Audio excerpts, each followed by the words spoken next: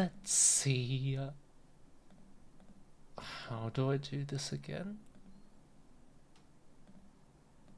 Okay.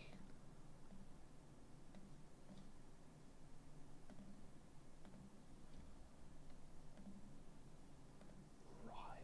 This button, and a few more things. Right. Sorry guys, I'm running a bit late. I had a few things to do. Let me just open this, the chat button, and then... Okay, how are you all doing? I hope you're having a nice, start to the year. I'm just quickly checking a few things. How do I do this? Okay, I think that's better. Right. Please give me a moment while I... Oof, it's been a long day. Right, so this one, I need to change account and then go over here. All right.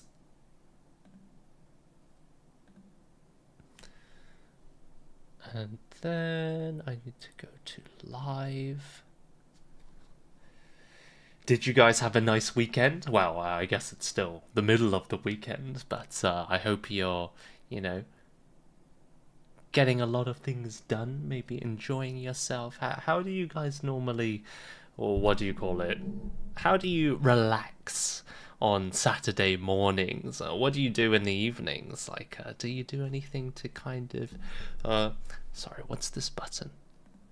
Ah, here we go. Okay, and then I copy this link. Here we go.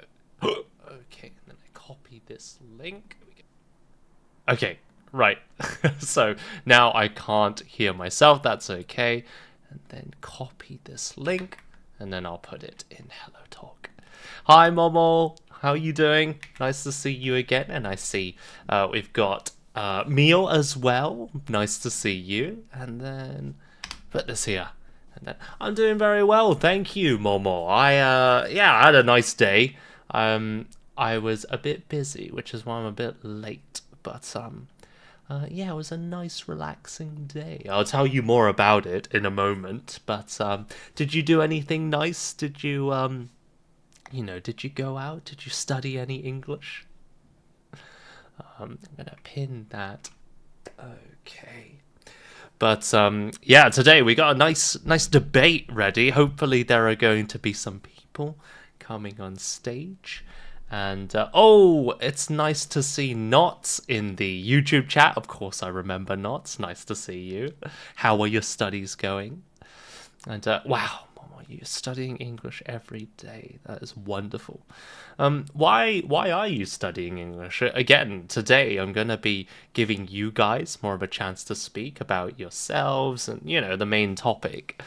But it's always nice to get to know you guys a bit better. So, why are you studying English? Is it to go abroad, or is it to, get more job opportunities? What's your reason? As for me, I'm sure most of you know I'm studying Japanese, and I can speak enough to get around, to survive, but I like having these deep conversations, and I just like learning new things, especially about like human psychology, about culture, and more recently history. So, of course, if I want to learn about these things, I'm going to have to level up my language skills when I'm in Japan. But, Okay, right. And then, we'll just wait for a few more minutes. And then, what was it? It seems like Knots is very busy with studying lots of different languages. That's nice. Good to hear that. And, interesting. Momo wants to take the IELTS exam. I see. Yeah, there are a lot of different exams, aren't there? I mean, there's ACAN, there's TOEIC, there's IELTS. There's no best test. Some people argue that, IELTS or the Oxford Cambridge exams are a bit more realistic. But yeah, I think it really depends on what you want, whether you're aiming for a university or you just want, something to put on your CV or resume. But yeah, studying, it's good motivation for you to really, practice, and it gives you a reason to study, right? Because, a lot of us, we get very lazy, and me myself, I said I was going to study more Japanese over the holidays, but I didn't really. I read a few books, but like not much. So, but you guys, you are always working very hard to improve your language skills, so that's wonderful. Okay. Right, so just wait a few more minutes and then we will begin. But yeah, like today earlier, I was going to a board game event. It was again, it was all Japanese people, so I had to get used to listening to explanations. When they were explaining the rules and using the words to talk about the game. It was this weird game where, well, we played many different games. But one of them was like a game where you're a robber, imagine the Wild West cowboys and things like that. And you have to kind of like gather treasure, but you also have to like fight, shoot people, and it was fun. It was really interesting. But yeah, it was a good chance to review a lot of vocabulary related to, well, fighting. So I'm not sure I'm going to use those words in everyday conversation, but of course, just speaking, just listening, immersion learning, as they call it, that's the main thing, right? But anyway, so yeah. And then, oh, I'm sorry to hear, Knots, you haven't been in a good mood. Well, I hope it gets better soon. That's why it's important, right? Work, studies, just life. Sometimes it's a bit stressful. Sometimes you need something else, a hobby, or just, something you enjoy to get your mind off of things, right? Just something new, something different. And, that was the same for me. And I'm still, looking for different ways to, study Japanese instead of just reading a book. I want to get out there, do something new, right? New challenges. It's 2026. I haven't said it yet, but Happy New Year. Hope you're having a great beginning to the year. And hopefully this year we're going to have a lot of, how do I say it, different events. I'm going to try. Last year, as you know, I did a lot of, how do I say it? We did a lot of themed lessons, right? Focusing on specific topics. Now, of course, it was really good. But for me, English teaching and live streaming, I often feel a kind of pressure to like live stream every week. And that's because the themed lessons take a long time to make. It takes a week to make the presentation, practice, gather the materials, and do the research for the topic, right? So when it comes to the Saturday, usually I live stream on Saturdays, as you probably know. But I feel that if I'm not ready, if I haven't made the presentation or it's not very high quality, then I think, oh, I will not live stream. In other words, it's 0 or 100. There's nothing in between, right? And I don't think that's really a healthy mindset. And I think sometimes it's okay just to do a casual live stream. It's okay not to do so much preparation. The most important thing is if you guys enjoy it, if it's useful to you. And yeah, I think that's the most important thing, right? So if I can do something that's a bit more casual, that doesn't need so much preparation, then it's a win-win, right? You get more live streams and I can relax a bit more. So, but of course, we're going to work hard this year. We're going to do some different events. We'll see how it goes. But of course, I will keep you updated. And then, one more. I found your YouTube channel and you're good at Japanese. No, I think I'm okay. there's still a lot to improve. But no, thank you so much for saying that. It's always nice to hear. But even like today when I was speaking, I felt like there were times when I was too quiet. Of course, a little bit was because I was a bit nervous, in a room of just Japanese people. And, when it was my turn in the game, especially the talking games, I felt a bit of pressure because, when speaking Japanese, I become very self-conscious, especially in a group situation. And I think a lot of you can probably relate, right? Speaking in a group, even in your native language, in your mother tongue, when everybody's looking at you and they're waiting for you to say something, sometimes there's a bit of pressure, especially if you're not used to it. Now, in English, I'm fine, but in Japanese, still need a bit more practice.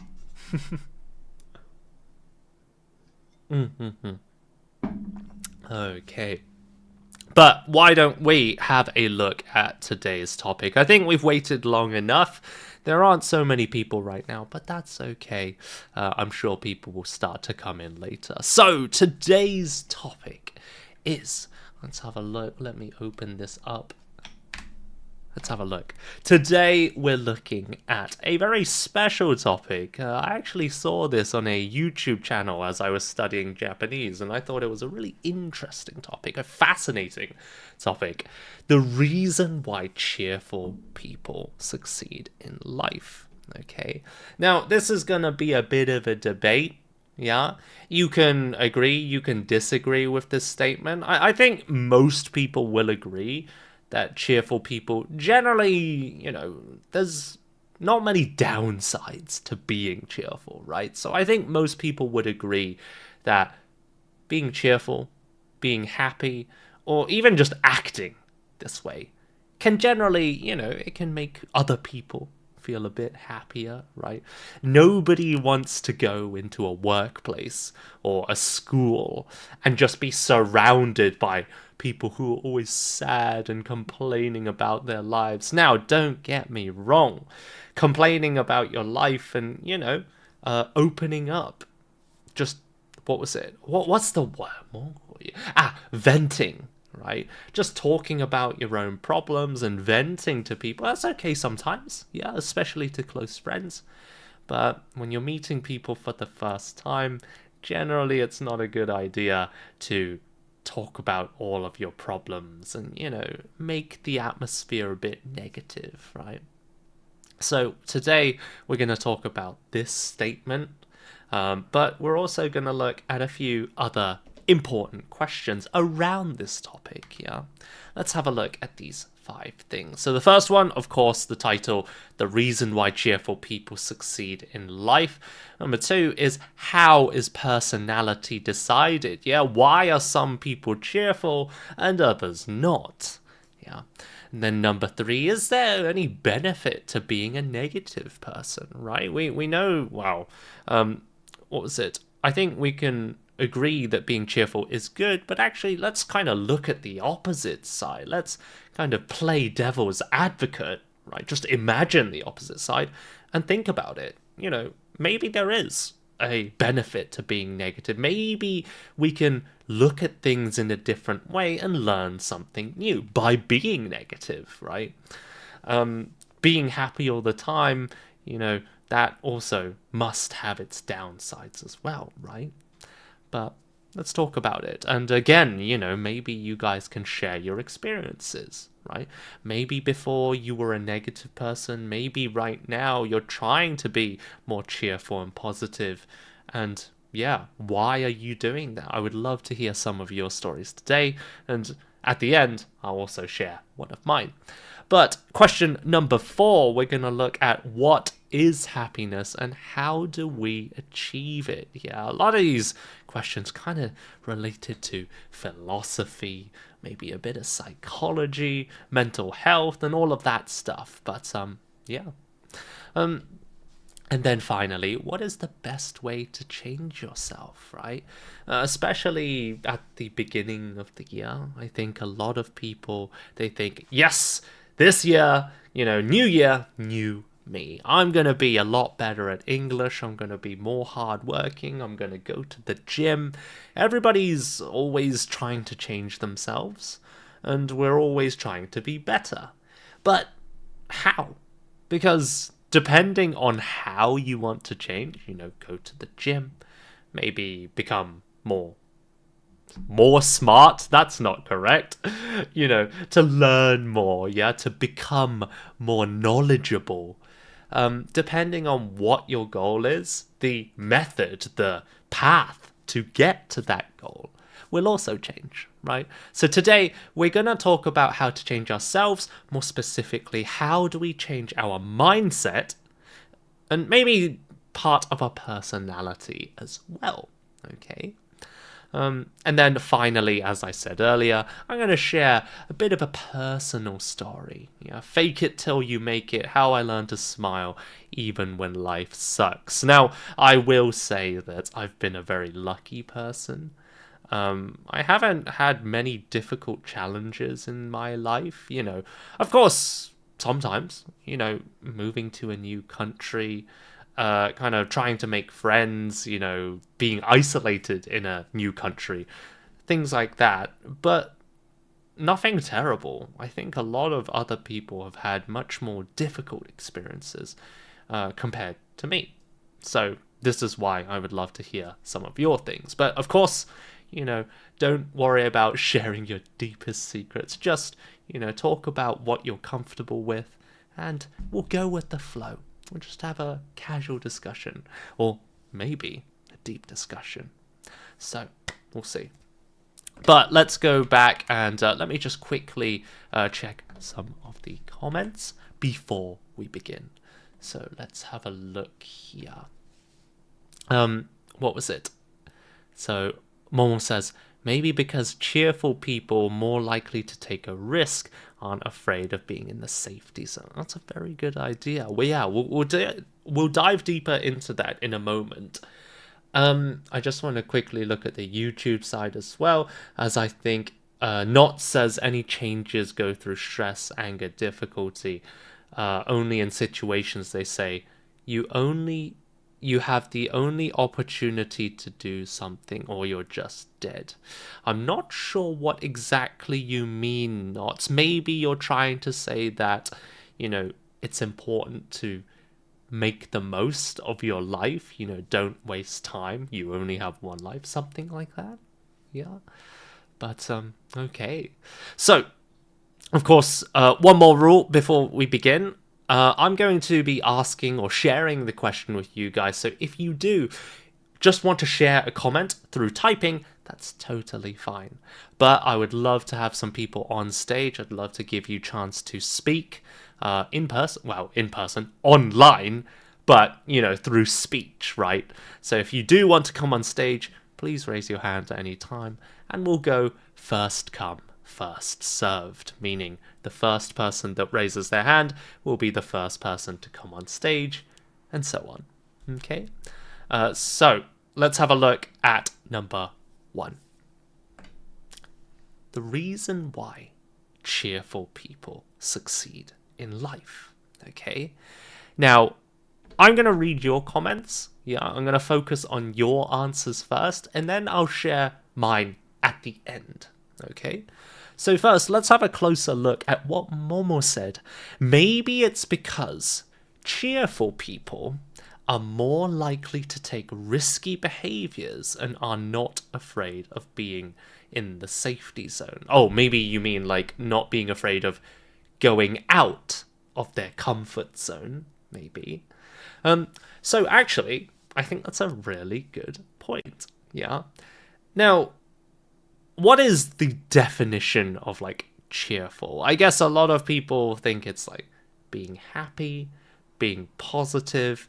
But actually, I should have looked this up. But let's have a quick look at the actual definition of cheerful, right? Because when it comes to these discussions, the definition of the key words is super important, right? If we understand words in a different way, we cannot agree or we can't disagree, right?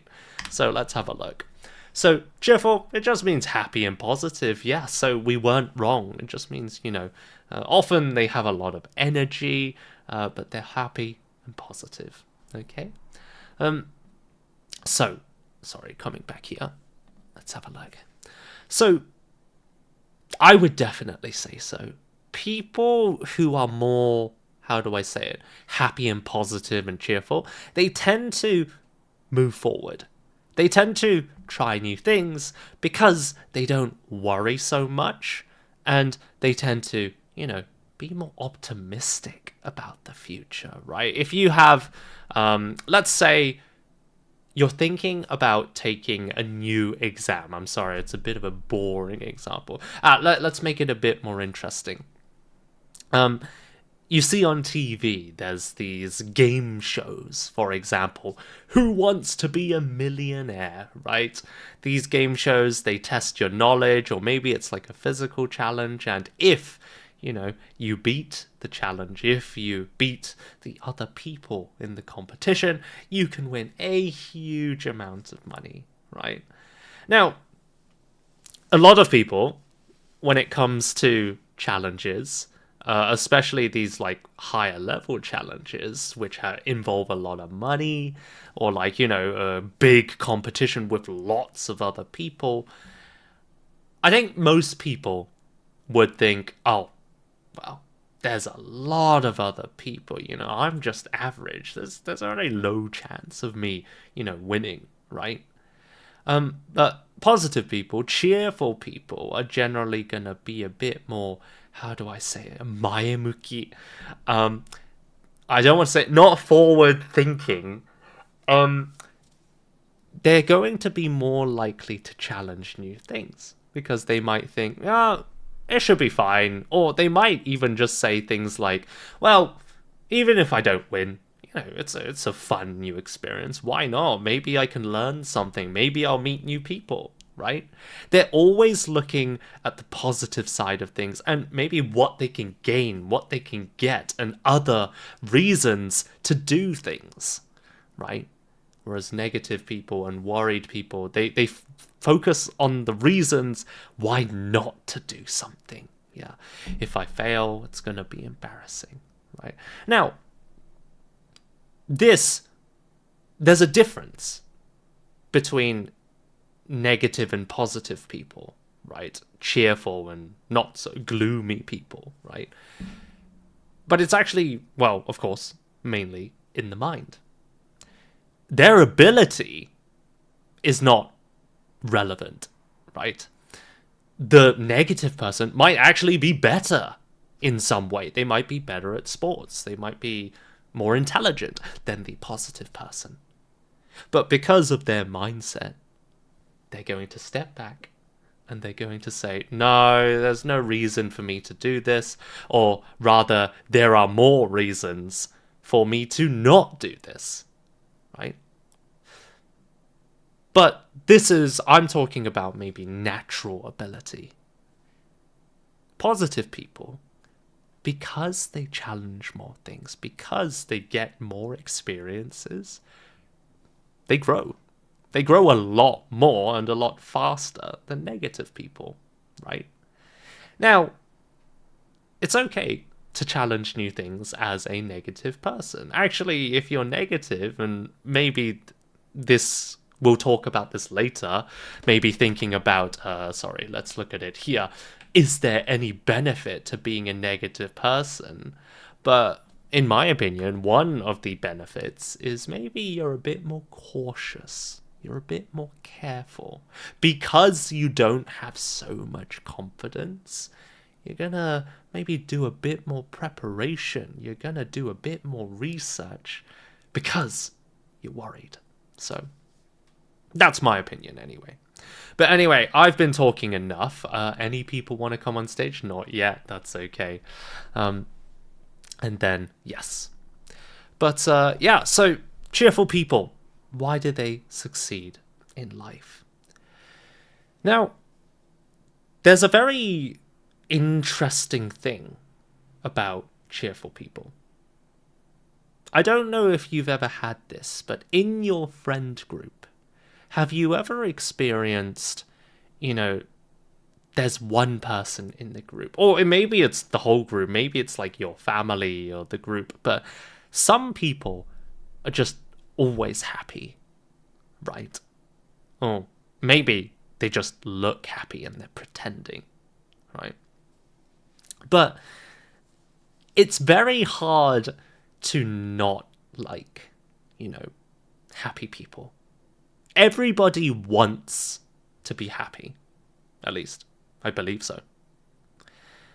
And even if we're not happy, even if we are a negative person and we're different to the people around us, just by being with other people who are happy, or at least pretending to happy, we don't know. Just by being with those people, we are affected by them, right? Now, humans are very easily affected by others. One of my favorite subjects in psychology, when I was studying it in university, psychology is a very broad area or subject of study. Because you can use psychology in so many ways, right? There's evolutionary psychology, studying how human psychology has changed since the Stone Ages. There is child psychology. There is developmental psychology. There's sleep psychology, right? But the thing that I was interested in the most was social psychology. That is, understanding how people communicate, how we interact with each other. Why do we get angry when somebody, lies to us? Why do we feel sad when we are alone? Yeah, why do humans need to be with others? And things like that, right?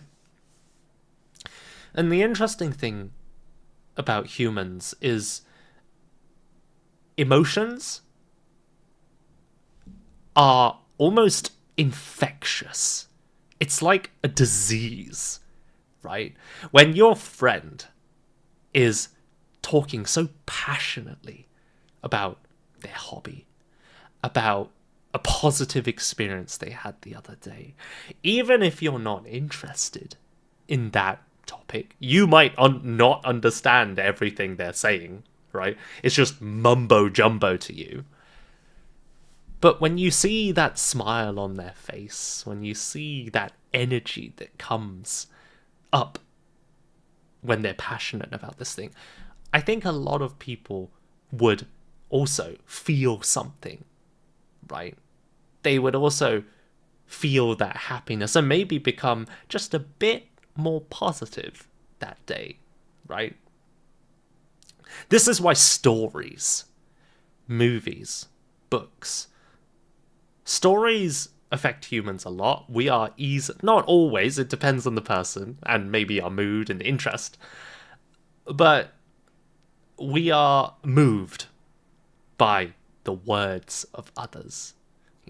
We are inspired by the documentaries and stories we see on YouTube and TV.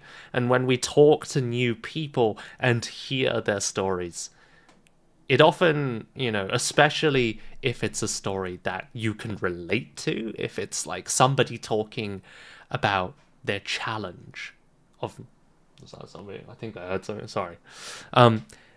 When somebody's talking about something that you can relate to, for all of us, it would be languages, right? So stories that we can connect to are definitely gonna maybe change our way of thinking. We're gonna be deeply invested and interested in these things. So, yeah. But I went a bit off topic. Let me just quickly read, what was it? Momo says, when you're being negative, you'll protect yourself from disappointment. Yeah, that's a very good point. Yeah. The instinct, the feeling of wanting to protect yourself and your mind and soul is very strong, right? Humans have a negative bias, actually. But that's a story for another day. But well done. Okay. And then Knots has said quite a few things. It's hard to tell my mind. It's hard to share my feelings with others in English. I'm a bit more of a negative person, but I'm doing many few things now. Definitely, that's great, Knots, yeah? You know, trying new things, talking to new people, and changing your way of thinking. Again, this is maybe something we're going to talk about in what's the best way to change yourself. But, yeah, definitely, new experiences are going to help you, you know, get out of your comfort zone. It's not always easy. It's difficult to try new things, and sometimes it's exhausting. But it's better than doing nothing, right? It's better than just, you know, sitting around doing the same things and thinking, I wonder if I did this, would I change, right? Instead of just wondering and thinking about things, it's important to just try new things, right? But anyway, the reason why cheerful people succeed in life. Nobody wants to come on stage. Nobody wants to share. In that case, I'll share a few more things and then maybe we'll move on to the next question. But I want to talk about maybe, I was going to say a personal experience, but that's at the end. So we'll skip that for now. But yeah, how do you guys feel about being with cheerful people? Because actually, I've heard some stories of people saying, I actually don't like cheerful people, right? Being with them annoys me. Like, why are they always so happy? It doesn't make sense. And they're probably just pretending, right? And actually, I pretend to be happy a lot, right? Right now, I'll be honest, I am exhausted. I'm so tired. But when I'm telling stories, when I'm doing these live streams, I need to, you know, get into work mode. I need to be a bit more energetic because nobody wants to just listen to somebody who's not passionate, who's not interested in the topic, right? So part of me is just pretending to be positive and cheerful. But actually, no.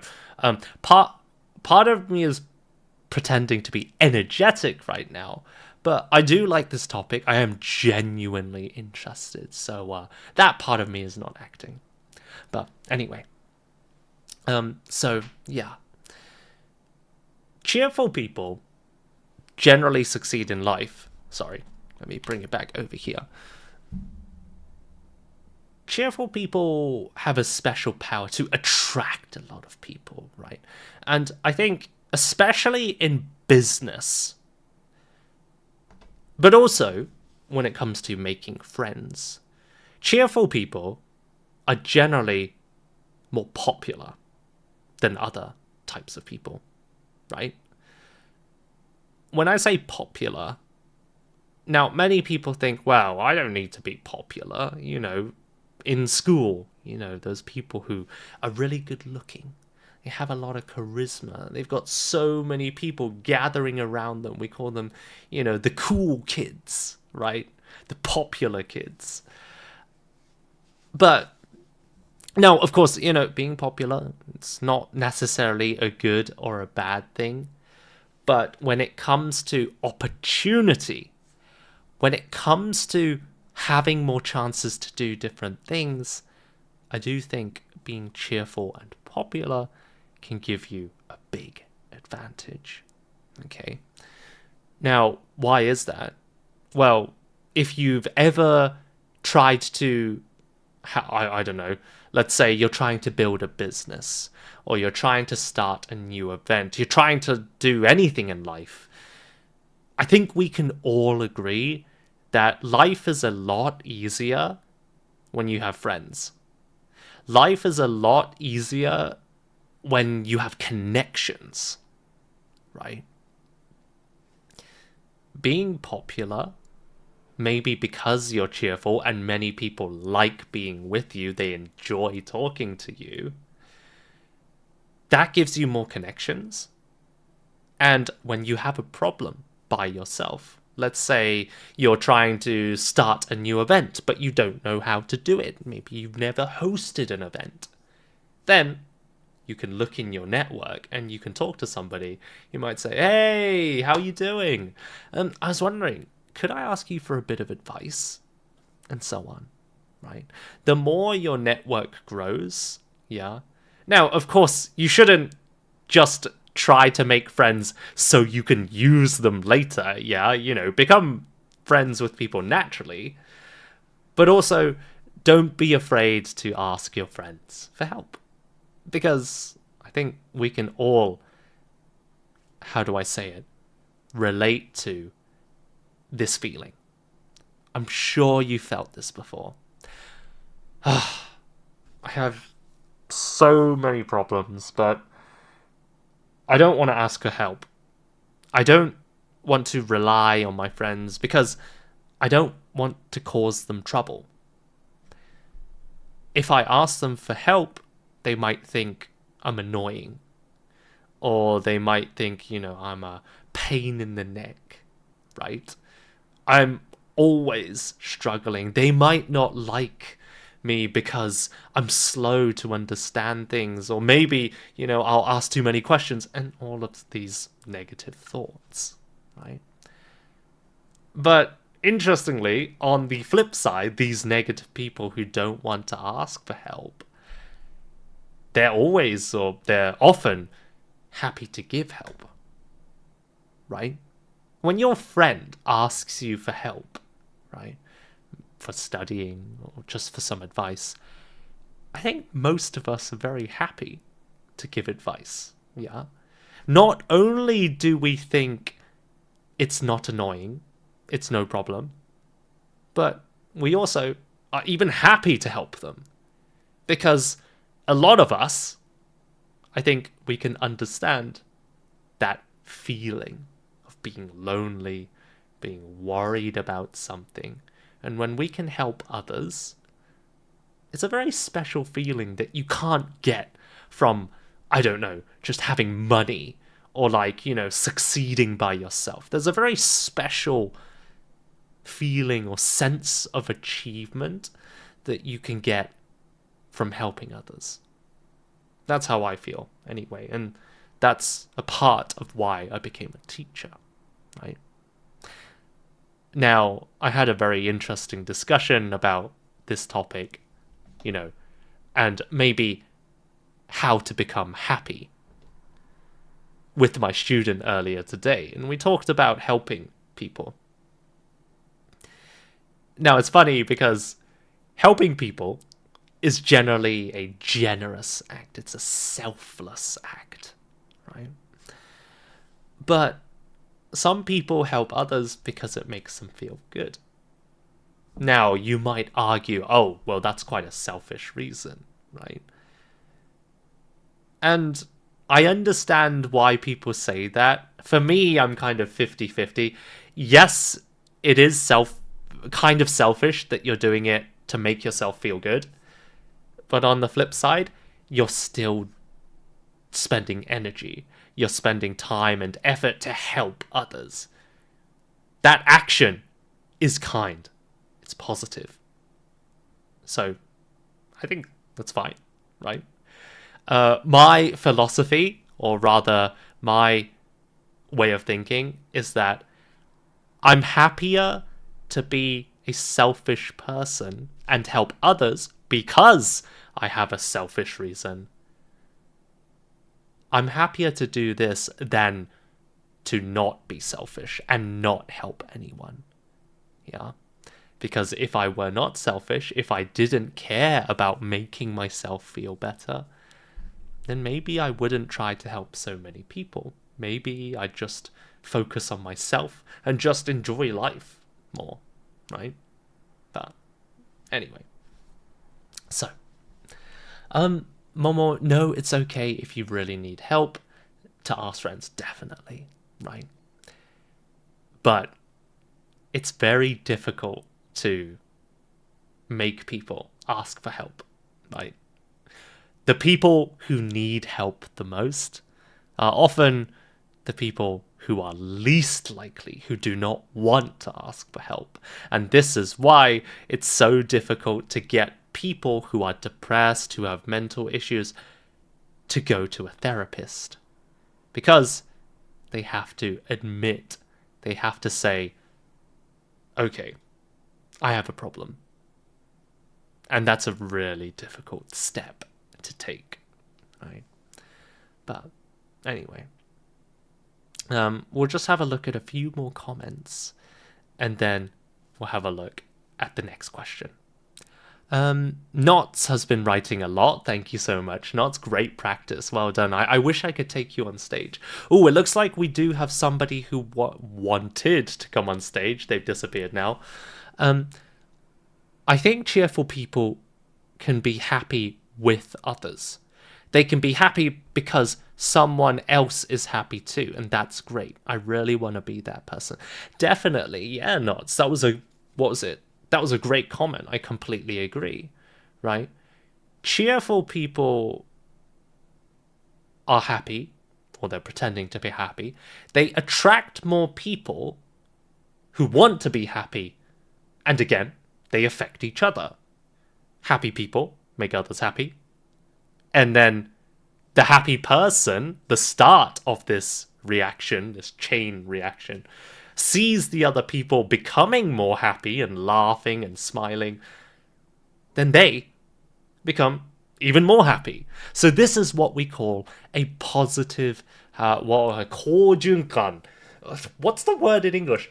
Positive feedback loop. Let's say a positive loop, a positive cycle, right? Happy person makes others happy, and then those people make the happy person even happier, right? And actually, that's been a big kind of thing for me in teaching, right? By trying to be even happier, I realized that even just by pretending, I also became a lot happier when teaching, even if I wasn't feeling happy before the lesson, right? But anyway. And then Mio said, interesting, some Japanese idiom. Shinai, what is that kanji? Shinai nani yori suru. I think I understand the meaning. It's kind of like being happier than not doing anything or something like that. I'll have to check that one. Thank you, Mio. That's an interesting one. Momo says, it's hard for me to ask for help because I feel weak. Yeah, that's a really good point. Being weak. I think the people who don't ask for help because they feel stupid or they feel weak, first of all, this is a very common problem, Momo. I also have this. But I think this is a problem with ego, right? It's a problem with pride. Because we as humans, we want to be independent. We want to be able to do anything by ourselves. But unfortunately, life isn't easy. Unfortunately, sometimes we just can't do everything by ourselves. And sometimes we just need to ask for help.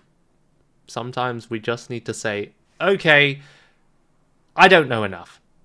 I don't have enough experience. I just don't have the knowledge to overcome this challenge right now. So I'm going to stop thinking about I'm weak, I'm stupid. My main goal is to do this thing. It's to overcome this challenge and just become better. But it's so difficult to do that when you're focused on yourself and how weak you are. But if you are conscious, if you think about yourself and thinking that, I always think like this. I always think I'm weak. I always think I'm stupid. But I need to do this. I need to ask for help. I need to get more resources to do this. As long as you can be, what do we call it, self-conscious, because a lot of people, especially negative people, They don't even realize they're being negative. They're just, going through the same patterns. They're just repeating the same things. And this is why it's really good to have some friends who challenge your way of thinking. Yeah, it's really important to open up and talk to your friends and family about these problems, right? Oh, you're talking to a friend and you say, oh, I don't know what to do, I don't know if I should enter the competition, right? I really want to, but I don't have enough experience. I've only been studying this thing for 1 year. And then your friend just says, just try it, right? It's better than not trying at all. It's better than just not knowing or not practicing, right? Even if you don't get first, second place, you're doing something. You're moving forward, right? Now, a lot of people actually do not...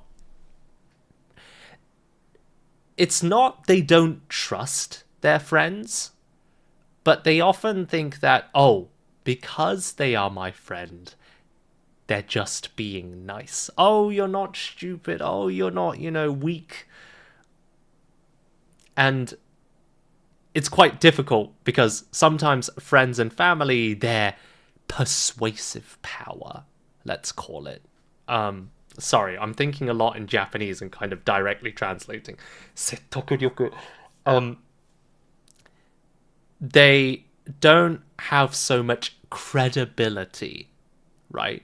Credibility means the power to kind of persuade people, right? Scientists, experts have more credibility than just a random person who has never studied the subject before, right? Often, strangers are easier to trust than close friends or family because they don't know you. They don't have to be nice to you. And if they say something truthful, honest, and maybe, a bit hurtful, like, what do you think of my English? They might say, yeah, it's okay. I mean, your pronunciation is a bit off. It's a bit unnatural, but they're more likely to be honest with you because they're probably not going to see you again, right? And they don't feel they have to be kind to you. So, yeah. Anyway, I've completely forgotten why I was talking about this. But anyway, I think it's time we move on to the next question. But, yeah. Mio says, doing good things as hypocrisy is better than doing nothing. Ooh, I like that. Yeah. It's an interesting way of looking at the world, right? If I'm doing something for a selfish reason to make myself feel better, but it's making the world a better place, it's having a good effect on the world, that's okay. I think that's actually better, right? Because the effect is the same. It's just the motivation is a bit different, right? But anyway, Loren says, sometimes people who ask for help or talk with other people about their problems, then they feel distracted. Interesting. I'm not sure what you mean. Could you tell me a bit more about that? How do they feel distracted? Or do you mean by talking about the problem, it makes them feel better? Like, they're not so... Yeah, I actually don't know how to say that, but interesting idea. I'd like you to tell me a bit more about that, if you can, Lauren. Thank you for the comment. But... okay. Right, so I think it's time to move on to the second question, because I think we've already looked. It's been like an hour, 50 minutes, and we're only on the first one. But that was the main topic, okay? So being cheerful, the power to change others. Second one, let's have a look at this one. Number 2, how is personality decided? Okay, now I'm going to ask you guys a question. I will not say my answer right now. I'm going to let you guys think about this. How is personality decided? Let me give you a bit of information to get you thinking, to get you started. Personality has been studied a lot by psychologists for a very long time. How do humans become human, right? What personality types are there? You know, there are a lot of personality type tests. You probably know the MBTI, I think. You know, are you an ENFJ or are you a IFJB, or I forgot the different codes. But psychologists generally argue that personality comes from two different places or areas. Man, I cannot speak today. But there are two main things that determine personality: nature or nurture. Nature being DNA, your genetics, and nurture meaning your environment and how you are raised. Okay? So which one do you think is responsible? Which one do you think changes or decides our personality the most? Is it genetics? If your father is short-tempered, maybe you're going to be a bit more short-tempered, right? Maybe it's something in our DNA. If your mother is calm, maybe you're a bit calmer. Or is it nurture? Is it your environment? If you as a child always see your dad, shouting at the TV, getting angry and shouting at other people, then you think that's normal and you start to copy that behavior. Children, are heavily affected by what their parents do. Which one is it? Nature or nurture? Or maybe it's both. And if you do think it's a bit of both, how much nature? How much nurture? Is it 50-50? Is it mostly nature or is it mostly nurture? I'll give you maybe 1 or 2 minutes just to think about this and then maybe write a few comments. And if you want to come on stage, please do. Right? I would love to talk to some of you guys. And so I'll just quickly give you some time to think about this question. How is personality decided? And maybe as a bonus question, do you think personality can change as we go throughout our life? Is there a time when our personality stops changing? Right? Once we hit 18, is our personality mostly set? Right? Or does it still continue changing? How does it change? What causes us to change? Have a think about that. Sorry, that was a lot of questions. Let's just focus on how is personality decided first.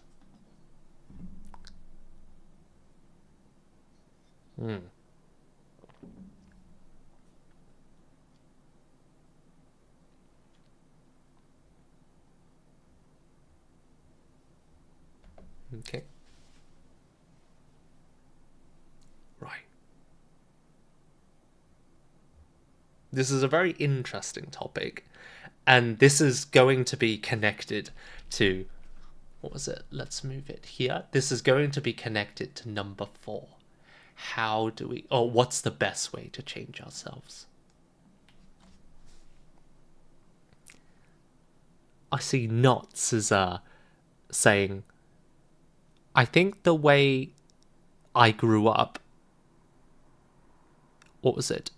If a kid is born and his parents or her parents didn't love him or her, in some situations, they will not be able to share love.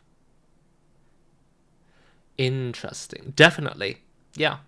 I think so. In that case, that would be environment, because they grow up in an environment where they don't get any love. So, of course, they don't understand how to show love, right? You can't do something that you never, or you can't share something that you've never received yourself, right? It's very interesting to see people who go to other countries. If I give a specific example, Japanese people do not show much physical affection. When I say physical affection, I mean, simply put, they don't hug. They don't really handshake. And, well, handshake is more formal. I think actually they do handshake in business sometimes, but they don't hug each other.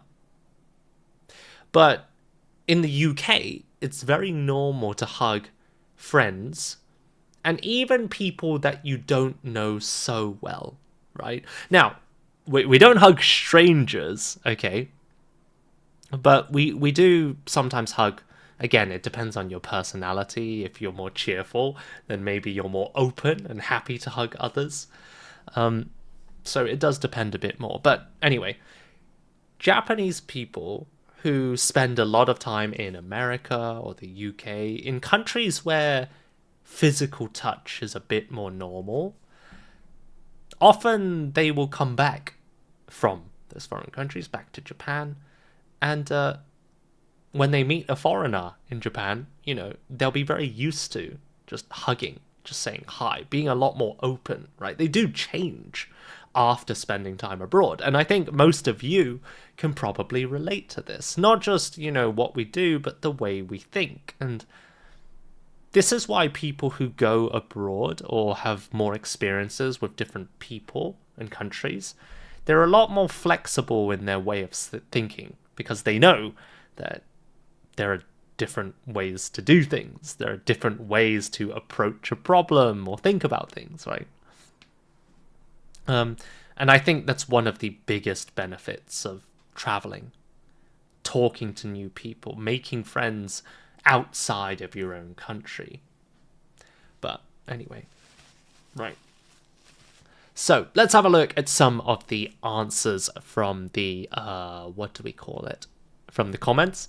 So, I'll see you later, Nod. Sorry to see, what was it? You have to go now, so have a wonderful day. Thank you for joining.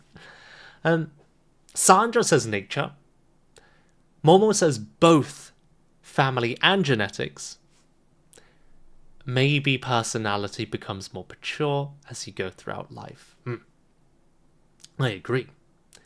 Lauren says environment, family, experiences, learning, friends, and for some people, the relationship between God and them. That's an interesting one. Religion. I am not religious, but I do have a lot of religious friends. And yeah, that's something that I can't talk about because I'm not religious. But it is a very interesting one. How might religion change your personality, right? All right. Nice to see you, Zia. So, yeah. Personality, in my opinion, is decided mostly through environment.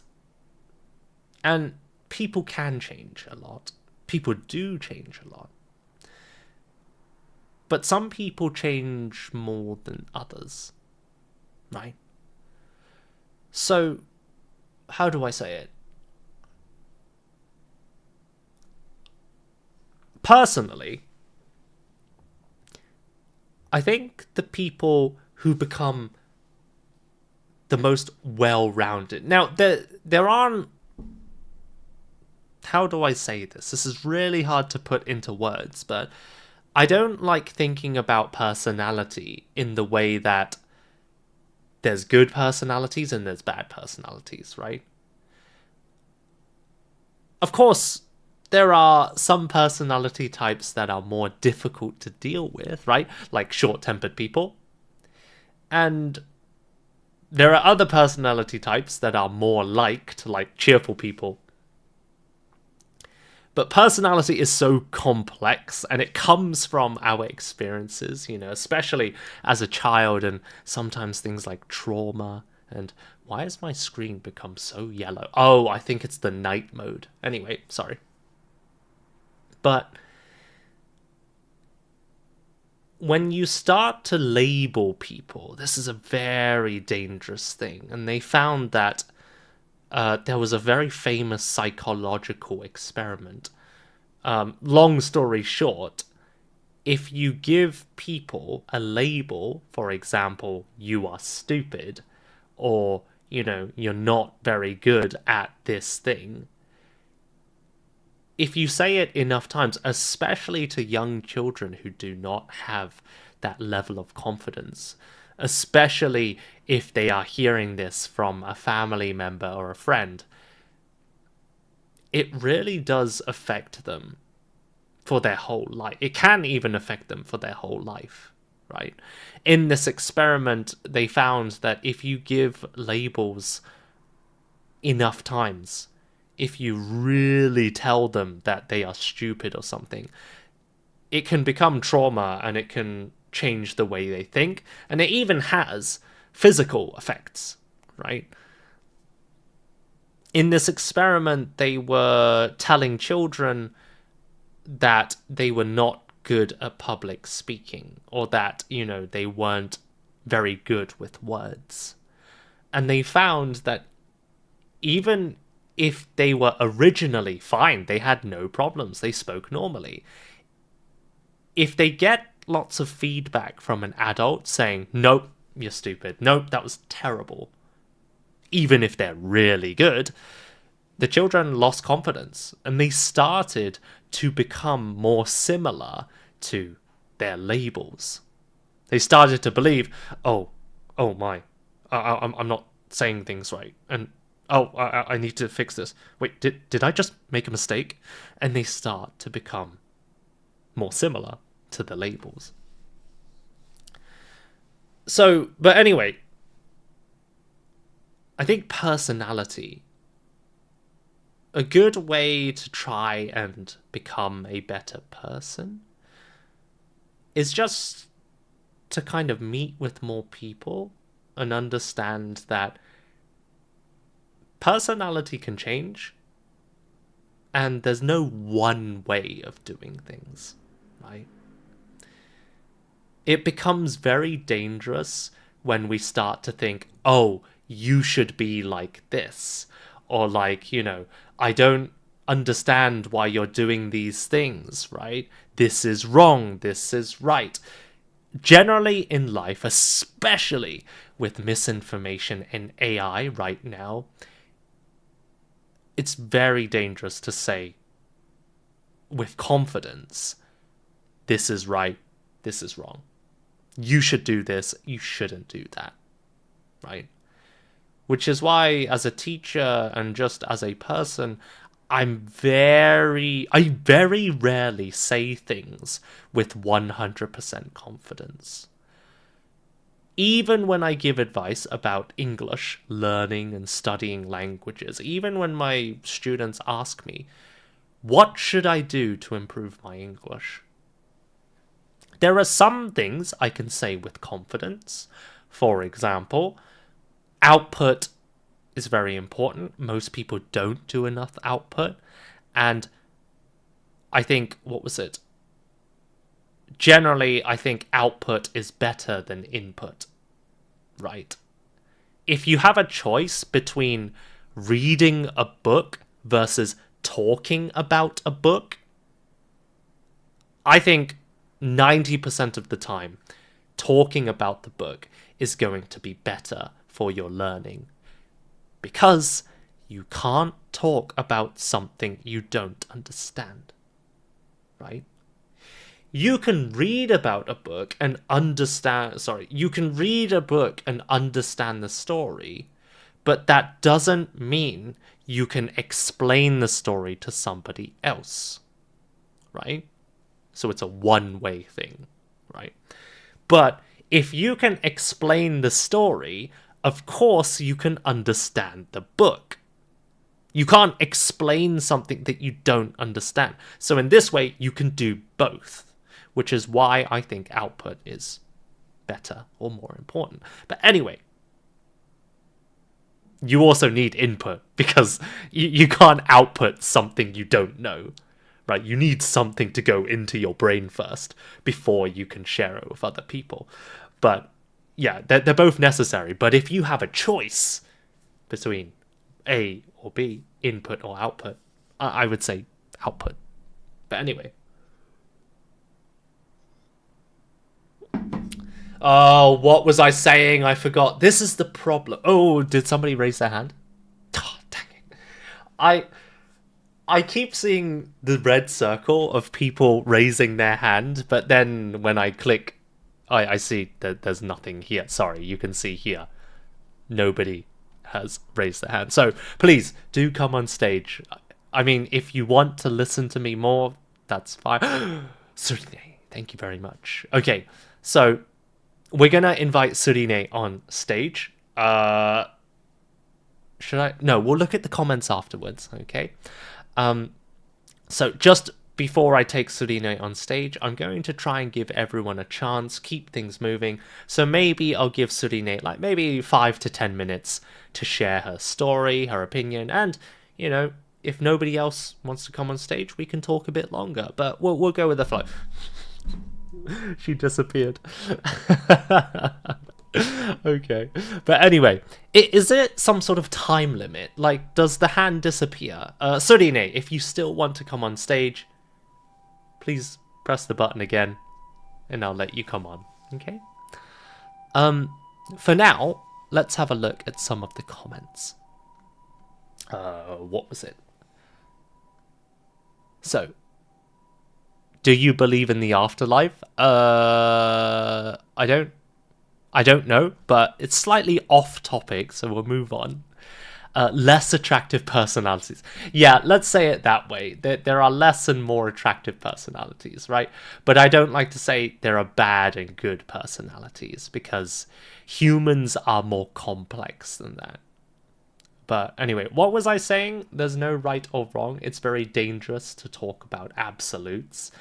But yeah, humans are so complex. Even if we have the same personality, we might have a different reason for being that way, right? Some people might be cheerful because, what was it? Everything around them is so negative. So they want to be cheerful so they can make things more positive. Other people might be cheerful because they're surrounded by cheerful people, because they're in a happy environment, you know. Wouldn't that be wonderful? It would be a wonderful world if everybody was just happy, but the world is not always a happy place. But anyway, that's off topic. Some people are cheerful because, you know, they want to change, and they realize they're always being negative, and when they realize they're negative, they feel even more negative because they feel, oh, I'm not changing, I'm always the same, I've been like this forever, it's time to make a change, or something like that. Yeah, so everybody's path is different. But yes.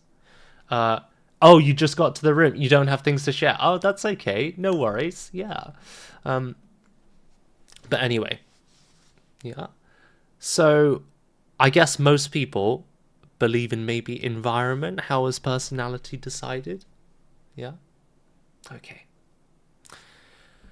Right. Let's move on to the next question. Come on, guys. Nobody coming on stage? Well, that's okay. If you just want to listen, that's fine too. Oh. Aha, okay. So I believe we have Nicole and Devaksh. So I'm going to go with Nicole first because she's at the top of the list. And then if Devaksh is still here, we'll move on. Okay. So I'm going to bring Nicole on stage. Where's the button? Invite to stage. Okay, so hopefully we can hear her. All right. Oh, hello. Hi, Nicole. Nice to meet you. Nice to meet you. Great. How are you doing today? Um, it is good. Yeah, I just stay at home because it's a weekend. definitely. You know, for mom, mostly especially the weekend, we're gonna be much more busy. Ah, definitely. Yeah. So you're a mother, so you have children. Mm. Yeah, I have a daughter. Oh, She's that's an nice. 12 years old. Yeah. Right. Okay. Wonderful. I see. And just kind of like on the topic, are you a cheerful person? Is your daughter a cheerful person? I think it depends. Oh, good point. Yeah. Yeah, it depends on different situation. Ah, okay. Mm, mm, mm. Yeah, I think before I'm not so cheerful. Oh, really? And in my life, I think recently, I think my husband, he's a quite cheerful person. Oh, His interesting. personality is very, very good and Yeah. very easy to get along with him. Mm, And I think this is his advantage, which can help him in his work definitely. and making friends with each other. Yeah. I see. If you don't mind me asking, when you met him, what was it? His cheerful personality, was that one thing that you thought was very attractive about him? Like, was it one of the reasons, you started Yeah, to have a... yeah. That is one of the reason. Yeah, Definitely. he's quite attractive. Yeah, Oh, that's good. and I'm a person who is quite silent. I don't want to That's okay. explain myself No, no, in no, that's... front of others. So I found that his personality is totally different from Mm, me. mm, So which attracted me. Yeah. definitely. That's a great what was it, story. I think, yeah, often when it comes to not just romantic relationships, wife, husband, but also friends as well, we have like two idioms. Do you know the idiom that means similar people come together? There's a special idiom for this. Do you know, in English? I don't know. No, that's okay. I don't know. We would call it birds of a feather flock together, right? So meaning similar types of people usually come together, right? Because they're similar. It's easier to talk to similar people. But we also say opposites attract. Opposites Yeah, attract like a I think so. magnet, right? So you think so, yeah? Yeah, yeah, I think so. Yeah. Okay, great. But yeah. So maybe going back to the question of this one, how is personality decided? Um, how? What do you think? Is it maybe the environment, or is it maybe genetics? I think both Yeah. both of them Mm, affected us. Um, yeah, I think the environment may be for me. I met my husband mm, in the university while I okay. was just I think 19 years old. Right. Yeah, yeah, it was a long time ago. Before that, I think my character is Mm, totally different from now. And these years, I changed a lot. right. Yeah. I I see. think he's the person in my life affected me a lot.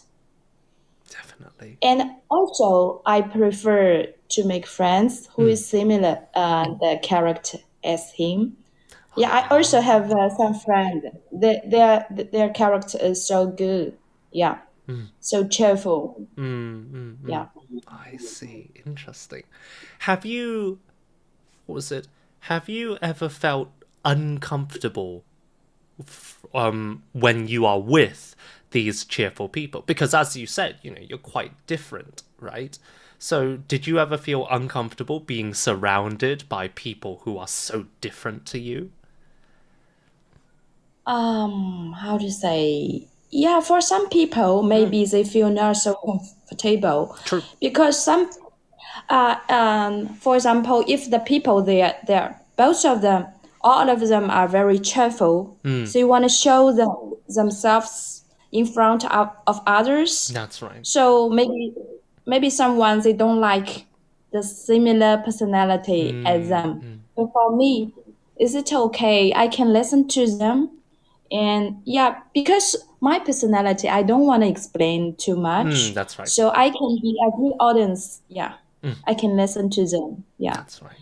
Yeah, but I learned a lot, and these years I also changed a lot. Like now I can come up the stage, talk Yeah, with you, and that's I think there great. are so many audience here. Yeah.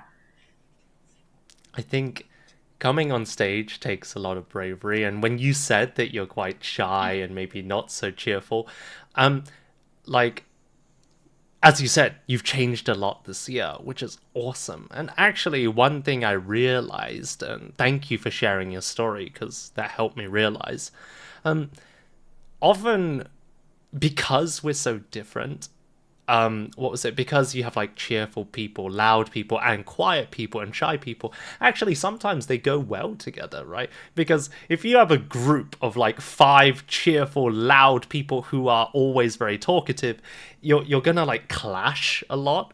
But if you have like an A and a B, and it's almost like puzzle pieces fitting together, right? Because you're a different shape.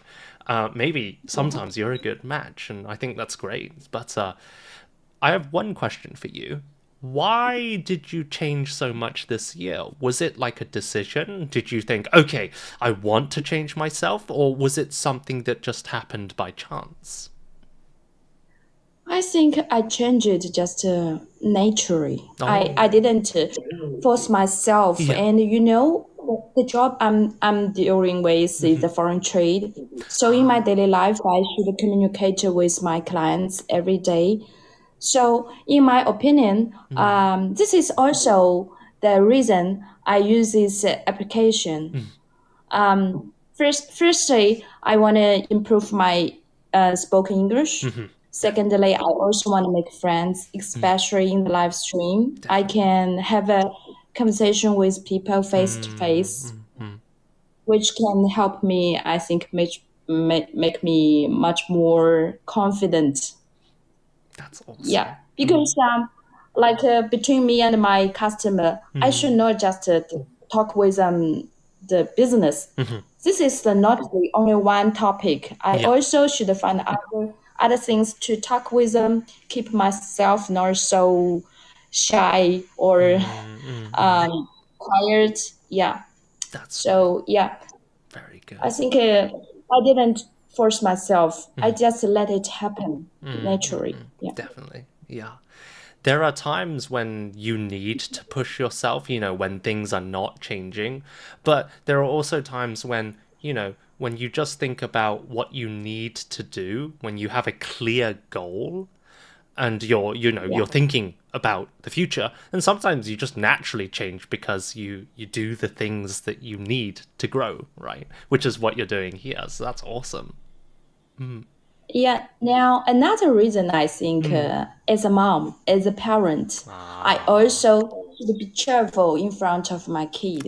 Yeah. very good point. Yeah, you don't want to make them feel nervous, or you want to be a role model for them as well, right?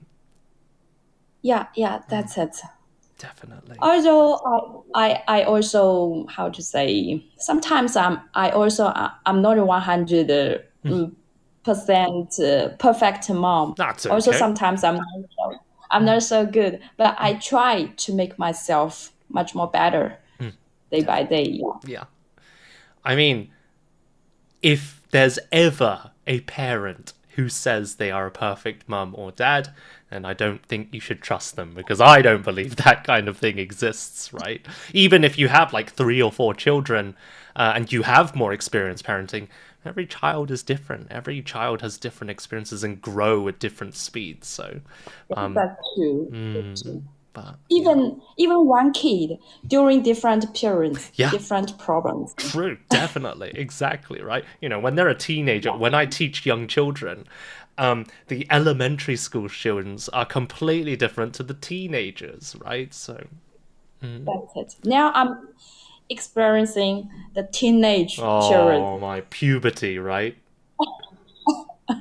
Hi, Panda. Panda, she's my friend. Oh, panda, nice. Okay, but yeah. So just it looks like there are lots of people who want to come on stage. So thank you so much, Nicole. But before we finish, I just want to ask you, well, two things. Let me just quickly give you some feedback on your English, if that's okay.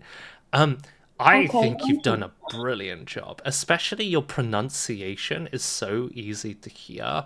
Your rhythm is very natural. Like you don't pause too long and when you're thinking, you pause, but when you're speaking, it's very smooth, no sudden pauses. So I think you've done a great job, Nicole. Well done. Thank you. I'm so appreciate, No, that's Eric. okay. Yeah. And Actually, I was seeing your live stream for many oh, times, really? and today I found that you wanna invite the audience come up on your stage. Yeah, That's I right. just wanna have a try. No, that Yeah, was wonderful. I think you did a great job, and I'm gonna be trying to take more people on stage in the future. So please do come again. I'd love to hear more of your stories because that was great. That was awesome. Okay. that would be my pleasure. Yeah, Thank you so much, Nicole. Well, I'll see thank you you so in much. another live stream, but well, you can stay here, of course. So, yeah, thank you so much, and I'll see you soon, okay? You're welcome. Bye bye. Thank you. Bye bye, Nicole. Okay. So, I almost kicked her out of the room. That was scary. Okay, I have to be careful. So wonderful. There we go. Nicole, a great example of a very hard-working mother who's great at English. Before we move on to Lena, let me just quickly look at the comments because, okay, so less attractive, not too many comments. I think in reality, being attracted to people who are different from us is a way of completing ourselves and filling gaps. That is definitely true, right? I think men and women are very different, and we have things that, or rather, we have different skills and different things we're good at. Now, actually, some people do, again, birds of a feather flock together. Some people do connect because they're similar. So, there's no right or wrong way, but many opposites do attract as well. Okay. All right. So let's see. Reality. That's right. Okay. I'm gonna bring Lena on stage. Are you ready, Lena? Yeah. Take a quick deep breath. You'll be fine. Relax. Just pretend there's no one here. Just us. Invite to stage. Let's have a look, Lena. Hello. Hello. Hi, Lena. Can you hear me? Yes. Yes. Are you okay? Wait a minute. That's okay. Take your time. Do you want me to hide your camera? I wanted to. Yes, I want to turn off That's okay. I'll turn my it off for camera. you. So now it's hidden. Don't worry about, being seen by everyone. So, yeah, thank you for coming on stage. Thank you. And, Thank you. How can I? What is your name? oh, what's my name? You can see, is What? it on my profile? My name's Eric. You can call me Eric. Hello, Eric. Yeah, it's very nice to meet you. And how are you doing today, Where are you Lena? now? Oh, where am I now? I'm in Mm. Japan. Oh, yeah. Mm. I'm quite busy today. Okay, right. Are you busy with like work or So studying or? I am a teacher and I correct my students' final examination Oh papers. man, so it's a busy time of year for you. Yes, I've Oh, finished this term I finally. see. Oh, congratulations. So now you can relax a little bit and you can, focus on your own studies. Yes, right. So Good, good. this is my first time after 5 months come to the Wow. stage. Wow, that is amazing. Okay. So yeah, I Yeah. guess if you're ready, maybe we can jump into the question. So, what was it? We talked today about the reason why cheerful people succeed in life, how is personality decided. Do you have any comments about any of these questions? Like, do you want to share anything today? The reason why Mm. cheerful people succeed in life. Yeah, you can answer the Mm, question, or you can just share a general mm, story about something related. mm. Because cheerful people always active, Hmm. and they have a good mood every day, and they have their purpose. They don't complain anything what happened every day. They don't care them. They just struggle with their goals. And even if they are tired, but they feel so happy because every day they make some progress. Interesting. Okay. Yeah, I think that's a... Sorry. It doesn't matter. So I think being with that kind of people is make also yourself feel successful. Definitely. Yeah. If you don't mind me asking, do you think cheerful people, or rather, do you think people who have many problems, a lot of stress, a lot of worries, can they be cheerful?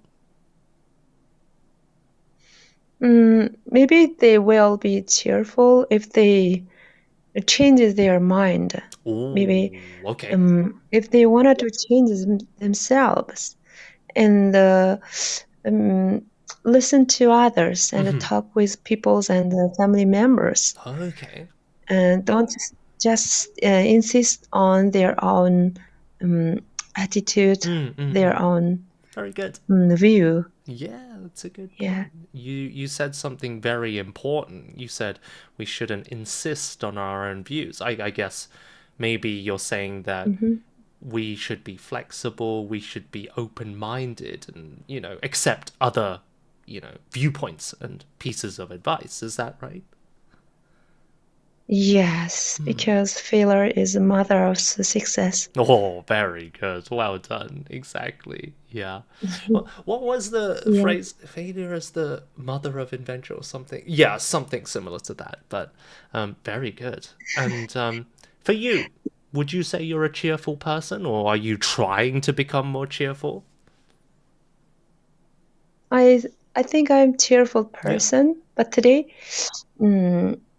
I try to be cheerful because Yeah. when I check my students' papers, they answered some Right. questions incorrectly, Ah, I and then see. some of them, get a low score, and which made me, even if I teach them, That's right. I taught them before, but they didn't remember, Yeah. and they didn't act well in their papers. Exactly. Yeah. So I was so overwhelmed this morning, but in the afternoon, I just let it go, Yeah. and I feel Definitely. much better now. Exactly. It's like that Frozen song, right? Let it go. I guess, Yeah, what was it? As a teacher, it is very sometimes demotivating or yeah, disheartening to work so hard to teach people, and then they just forget or don't pay attention. But especially when you're with a big group, I guess you have a lot of children in your class. What, maybe like yes. 30 people in one class? How big is your class? There's 38, 37 students every Wow, class. that's a lot. Yeah, I think in the UK, we usually have maybe 25, 26 is already a big class. But yeah, 36, 37, that's crazy. Yeah, so there are a lot of students, and it's very, very hard to teach them English. Yeah, It's top problem for them. it is. Yeah. And Because some of them didn't listen to me. They don't hard working. yeah. So it caused some problems. Yeah. Now, I think the important question to ask, or the important thing to think about.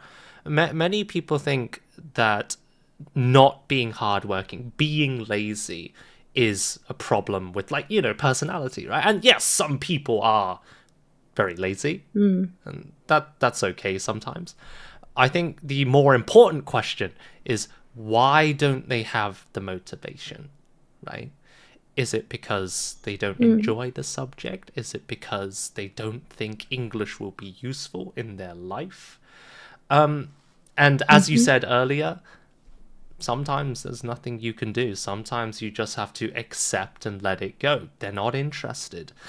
And yeah, you can do your best to make it interesting, but if they really hate the subject, you can only do so much. Yes. It's very hard. Definitely. But yeah. So anyway, I know it's been a short time. I just want to give the other people a chance. But yeah, is there any other, like, final comment you want to share about personality, or maybe just a general question or thing about English? Yeah. So because you can speak English very well, Yes, it's my mother and tongue. I hope one day. Really? Yes, I was born in the UK. Are you Japanese or not? No, I live in Japan right now. I moved here last year, but I was born in the UK. My parents are, from other countries, but I have a British passport. I went to a British school, so I am British. It's only my appearance that is not. Yes. Okay. But do you learn the other second language? Yeah, so I speak Chinese at home, Cantonese, because my mother's from Hong Kong, but I also study Japanese in my free time. So maybe you have experience. How do you learn a second language as quick as possible? Now, I think the important question here is, what is your goal? Why are you trying to learn as quick as possible? Is it so you can pass an exam? Or is it just because you want to be better very quickly? For me, I want to be better. And for my students, they will pass the exam. Yeah. So first of all, Yeah. I don't think being good at speaking the language, or being good at, outputting the language, that doesn't always mean you will be good at teaching the language. There are some people who are great speakers. There are some people who have great vocabulary, but they're terrible teachers, right?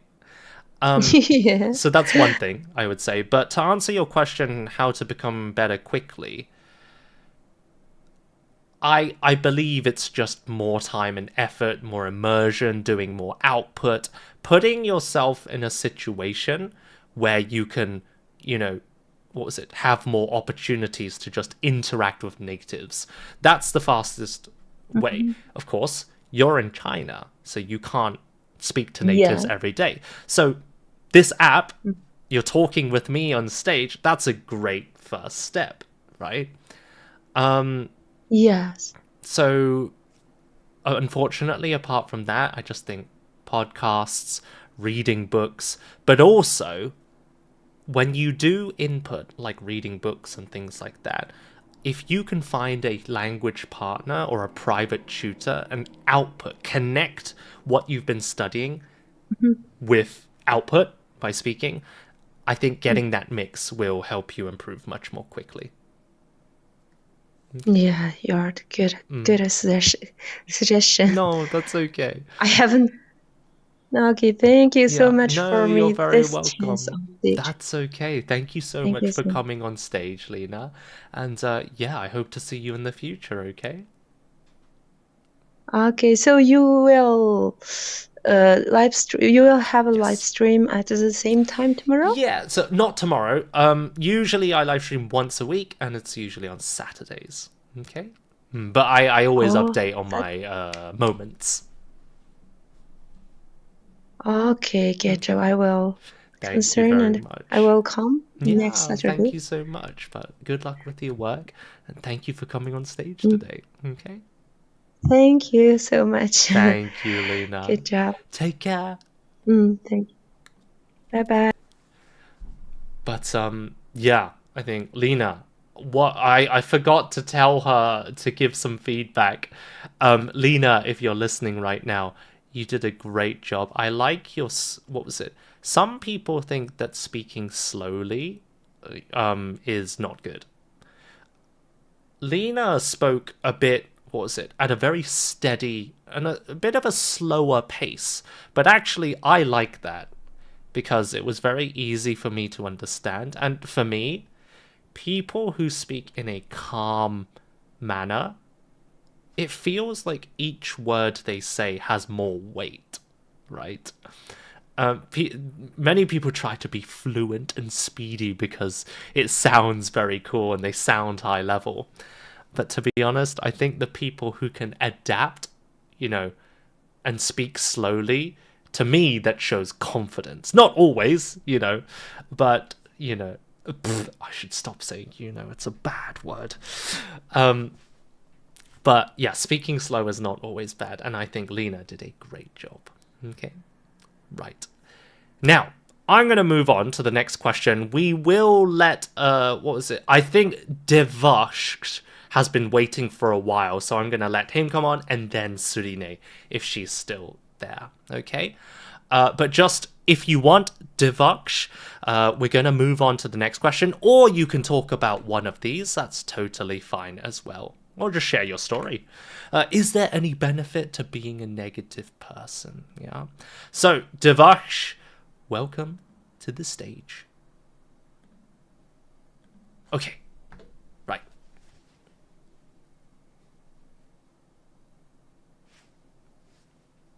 Hopefully. Oh, hello. Hello. Hi, Devaksh. Nice to meet you. Nice to meet you too. Okay. How are you doing today? I'm doing great. What about you? I'm very good, thank you. Yeah, I'm a little sleepy, but yeah, it's I think almost coming up to midnight here in Japan. But if you don't mind me asking, where are you from? I'm from India, from the northern part of India. Ah, nice. What time is it there? It's 7 o'clock. 7 o'clock. Is 7 that p.m. PM?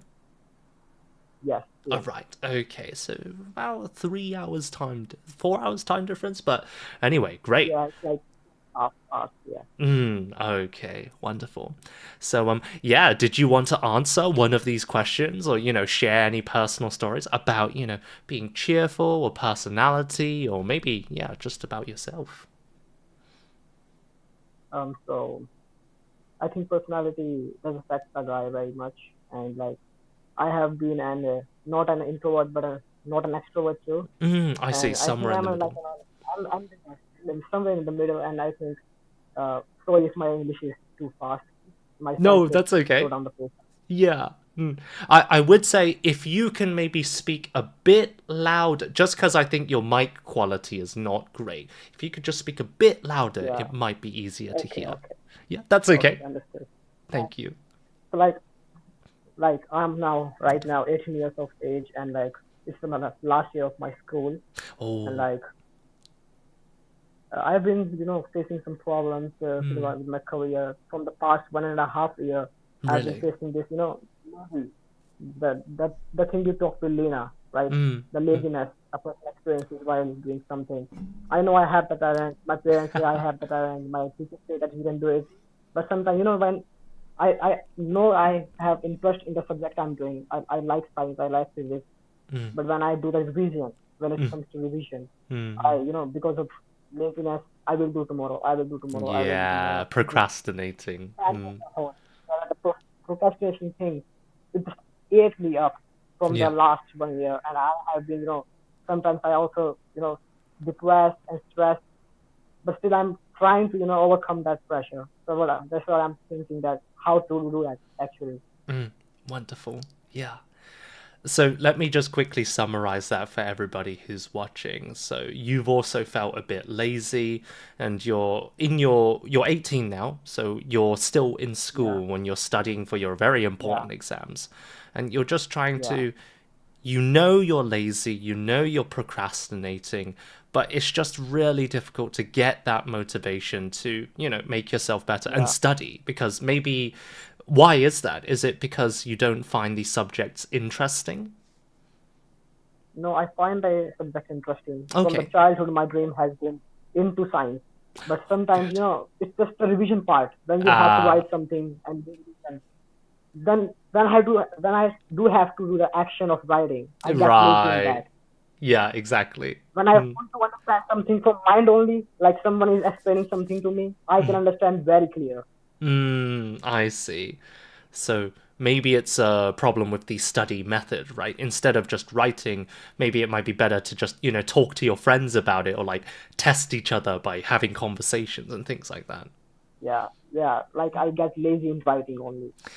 I see. But that's really good that you realize that, right? And what was it? Yeah. There's more than one way to study for a test. Now, our teachers in school, we're often taught to just read the textbook, answer the questions, right? But when you're self-studying, you can do what you want, right? So it's important to find the best method for yourself, and only you can do that.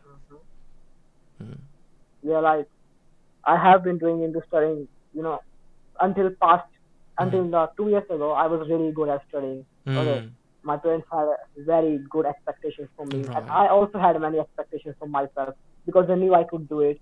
I have the talent, But like maybe until 10th class, I used to go to tuitions.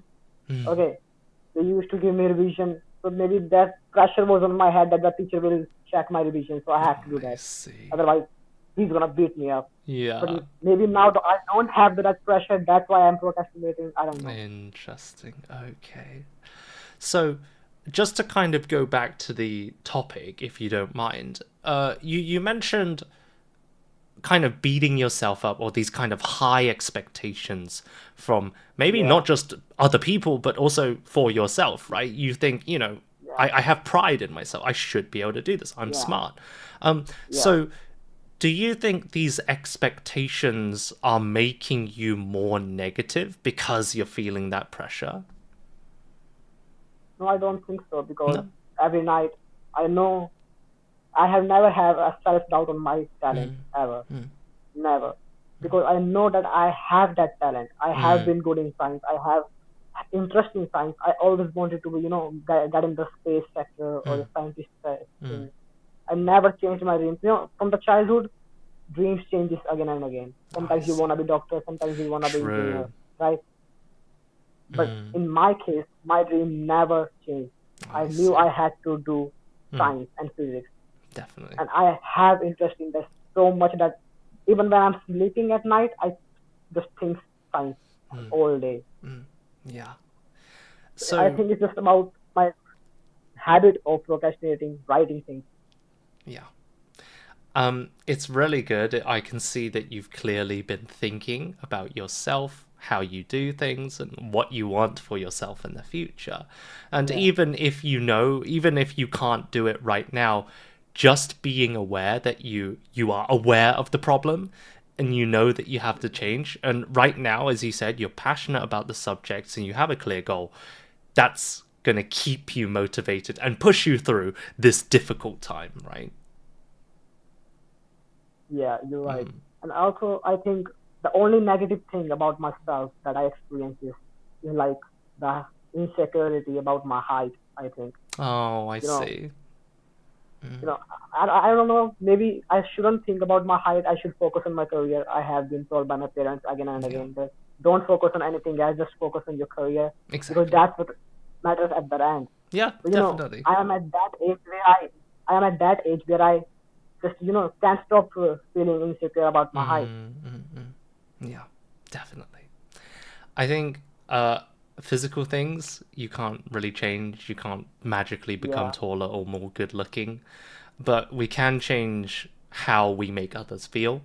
We can change how good we are at conversations. And, you know, we can pretend to be cheerful and hopefully make others feel happier when they talk to us. And I think that has a lot more of an effect than being 2 centimeters taller, right? But yeah, I think we'll have to move on to the next thing. But thank you so much, Devaksh. Is there anything final that you want to ask or share with everybody today? I would just like to say that everyone who is hearing this stream, be confident in yourself. Maybe right now you are not able to understand some things. You are feeling insecure. I am feeling that too. Definitely. But at the end, it's gonna work out. It's gonna work out. Just believe in yourself. Very good words. I completely agree. Yeah, just got to keep going, right? It's okay to feel down and negative. The important thing is to not let that stop you, right? So, very nice. I just want to ask if any problems with my English. Oh, of course, you're not. What was it? Your English isn't perfect. My English isn't perfect. I really like the energy that you had when you were talking about this. You know, a lot of people focus on their pronunciation, but I think it's important to be, how do I say it, invested and emotional about what you're talking about. And I could really feel that passion from you. To give you a bit more personal advice, it was hard for me to get a clear grasp of your pronunciation, but that's because of your microphone quality. I imagine it's a bit of a cheaper microphone compared to this thing here that I have. But as for, the only criticism I have, it's not really a criticism, it's just a thing to think about, is, you even said this yourself, sometimes you speak a bit quickly, and I think, especially when it comes to public speaking, and if you want to persuade people, a great thing to do is, if you have a script, or if you realize this is my important point, this next thing I want to say, I really want to push this as my key message, slow down at this point. Because as I said about Lynn, when you slow down, when you have some variation in your speed of speech, people are going to turn on and start paying more attention. It's like, you know, when you have a professor who speaks in the same tone all the time, and then your brain gets used to it and you stop thinking. But then suddenly, if he goes, wait a minute, okay, and he, you know, changes something, then people will start to listen more. So I would just say vary your speed of speech a bit more, but other than that, I think you spoke brilliantly. Okay, thank you. But because English is my second language as well, you know. No, you've done a great and job. I'm trying to learn the third language, Japanese, now. Wow, that's amazing. Well, good luck with your English and Japanese learning journey, and thank you so much for coming today. I'll see you soon, okay? Thank you so much for taking me on stage. Thank Hope you. you see you soon. Bye-bye. Bye-bye. Actually, Devaksh, your voice was a lot clearer at the end there. I think you must have changed one of the settings, because you were a lot louder there. But no, great job. Thank you. So, sorry, let me go back and look at some of the comments, because it's been a while. So, what's it? Attracted. And then sharing the experience. Nicole, thank you. Lucas, how do you stream from OBS? That's a long story, and I won't talk about that now, just to stay on topic. But if you really want to know, send me a message, and I'll try to help you out, okay? And then, what was it? Good advice. You're a very nice teacher. Thank you. I'm not the best, but... And then, thank you, Lena. Well said, Mio. Yeah, she did a great job coming on stage. And then, what was it? Lena, your speaking in English is very good. Yeah, it was brilliant. I think it takes a lot of courage to come on stage and speak in front of people, right? Public speaking is not easy. Okay. It was a bit difficult to hear Devaksh, but really good job. Thank you. Oh, you removed the headphones. That was a lot better. Okay, so why don't we move on a little bit to... I see Ivy wants to come on stage next. Let's just quickly move on to a few questions and then we'll take Ivy on stage. So, is there any benefit to being a negative person? Oh, what happened? Oh, I see. I pressed the wrong button. Sorry, 1 second. Cancel. Okay, so let's have a look. Is there any benefit to being a negative person, right? Ivy, if you want to share, that's great. I personally, just to quickly answer this question, as I said earlier, I think being negative can be good if you're careful. You know, being negative meaning, oh, I don't think things will go well. I don't think I will be able to do it. It's okay to be negative and think in this way, but I think the problem is when being negative stops you from doing something, right? Because if you're negative thinking, I don't think I can do it, but I will still try, that's totally fine, right? Because, for example, I don't think I can do it, so I'm going to practice a lot before I go on stage or do this thing, right? That's a good way. And actually, using your negative emotions, humans have a negative bias. Negative emotions actually motivate us a lot more than positive emotions, right? The fear of looking stupid, the fear or embarrassment of making a mistake often makes us study, work, and practice harder than wanting to look cool on stage, right? So I do think being a negative person can have benefits if you use these emotions in the right way. But let's take on Ivy on stage and see what she has to say. Are you ready, Ivy? Okay, deep breath. Okay, let's give it a go.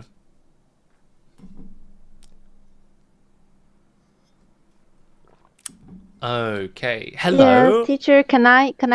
Oh, Hello, I can teacher, hide your can camera? I close my camera? Yeah, that's okay. I'll Yes, do it thank for you. you. I want to protect my privacy. Yeah, of course, Thank no you. worries. That's okay. How are you doing today?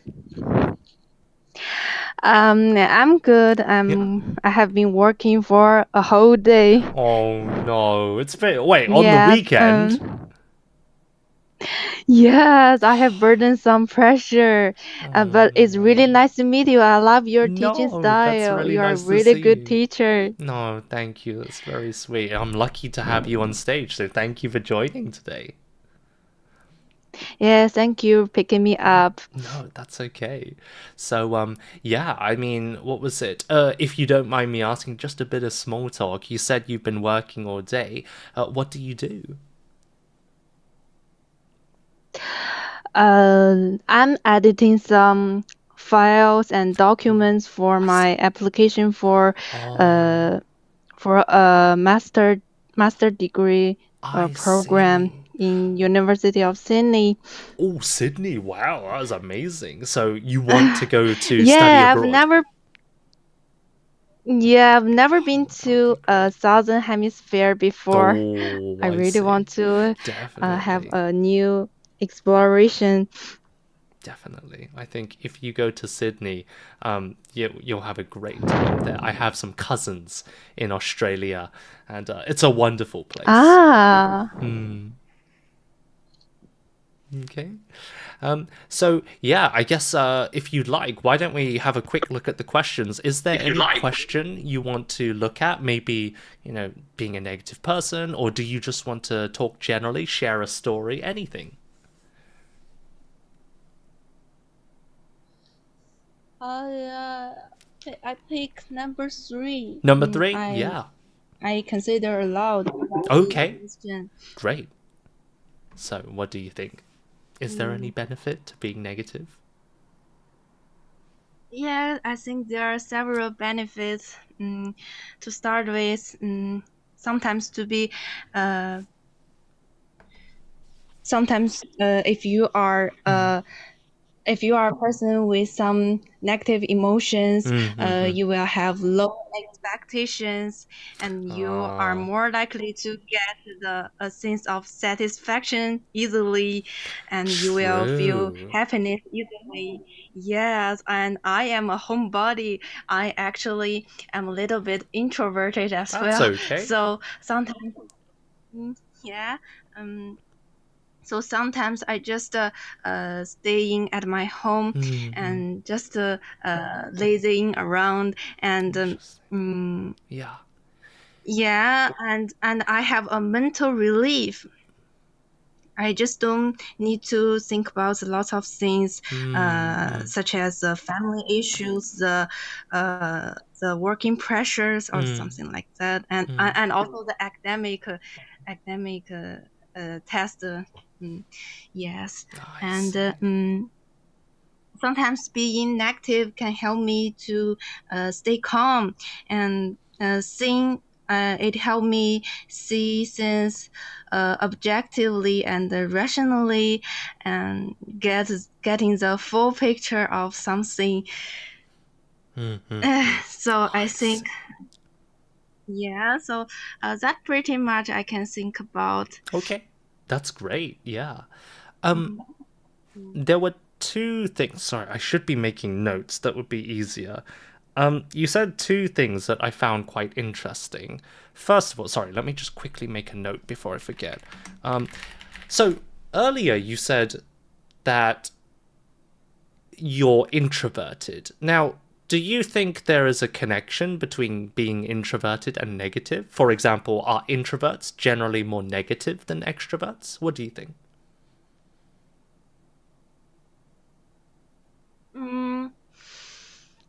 I think it depends on personality. Personality shapes people's behaviors, True. and yeah, but negative emotions happens to everybody. Yeah.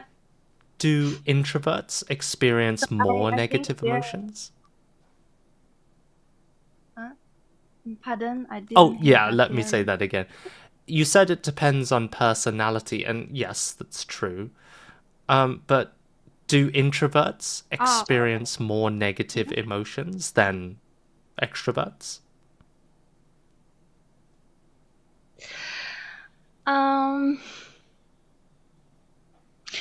Introverted person just are not good at talking with people in public, and but it doesn't mean that they are negative. Yeah, I agree. Good point. Yes, they just enjoy their personal time, and they are not good at Definitely. talking people in public or something Very like good. that. Yeah. What was it? By the way, when I ask these questions, some people might misunderstand. I'm trying to, you know, show the mistake in your argument. No, I just want to understand and be clear about what you're saying.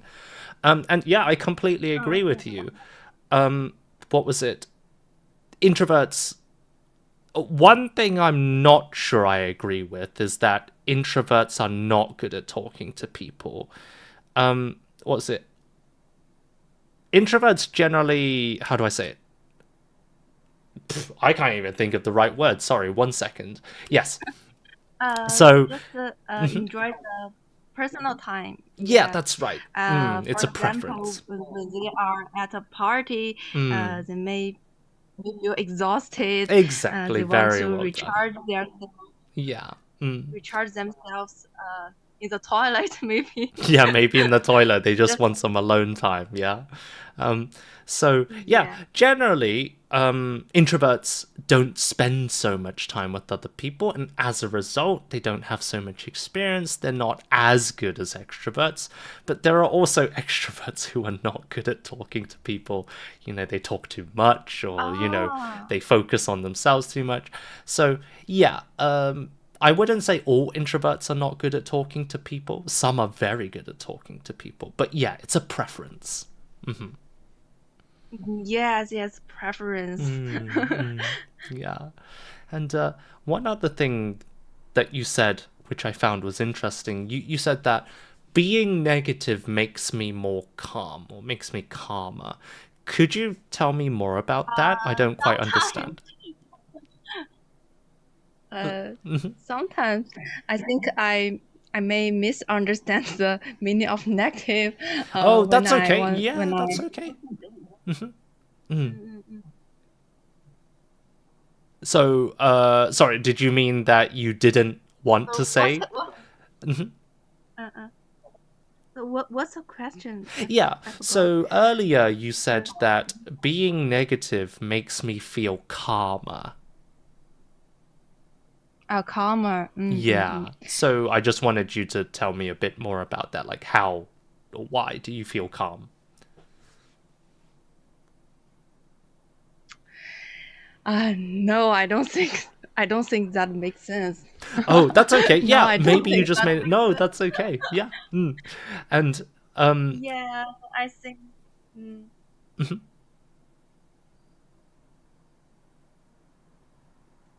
oh, have we disconnected? Hello, Ivy? Hello. Oh, you can hear me? Yeah. Sorry, did you want to say something? Yes, I may misunderstand the Oh, it's meaning okay. of negative. Yeah. Negative is a bit of a vague word. It's quite a general word, but yeah, negative just kind of means like not thinking in a good way, thinking bad things will happen, or thinking bad things about yourself. That's generally the simplest definition. Okay.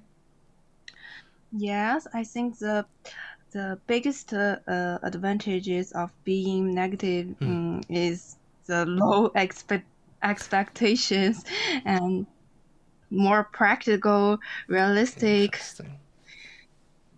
Interesting. And it can help you to avoid some impulsive decisions. Yeah, that's a good point. Very good point. Yeah.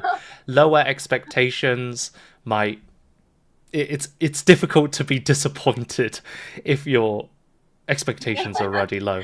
But on the flip side, to play devil's advocate, to argue against you, I guess having high expectations, for example, I think it was the gentleman before you, Devaksh, he had high expectations of himself, right? Which can also be negative, like bad, because, you know, you feel that pressure, you feel nervous, but it can also push you to be better. It can also make you think, I'm annoyed that I'm not as good as I expected. That can also push you to be better, right? So I think it depends largely on how you accept the situation and how you choose to move forward, right? There's no perfect answer. Yes. All right. But no, thank you so much. Did you have any final, what was it, comments or anything you want to share, Ivy, before we move on to the next thing? What kind of topic? What kind? Just like anything. Maybe you want to give a message to everybody, or maybe ask a question about one of these things, or about English in general, anything like that. By the way, I just want to express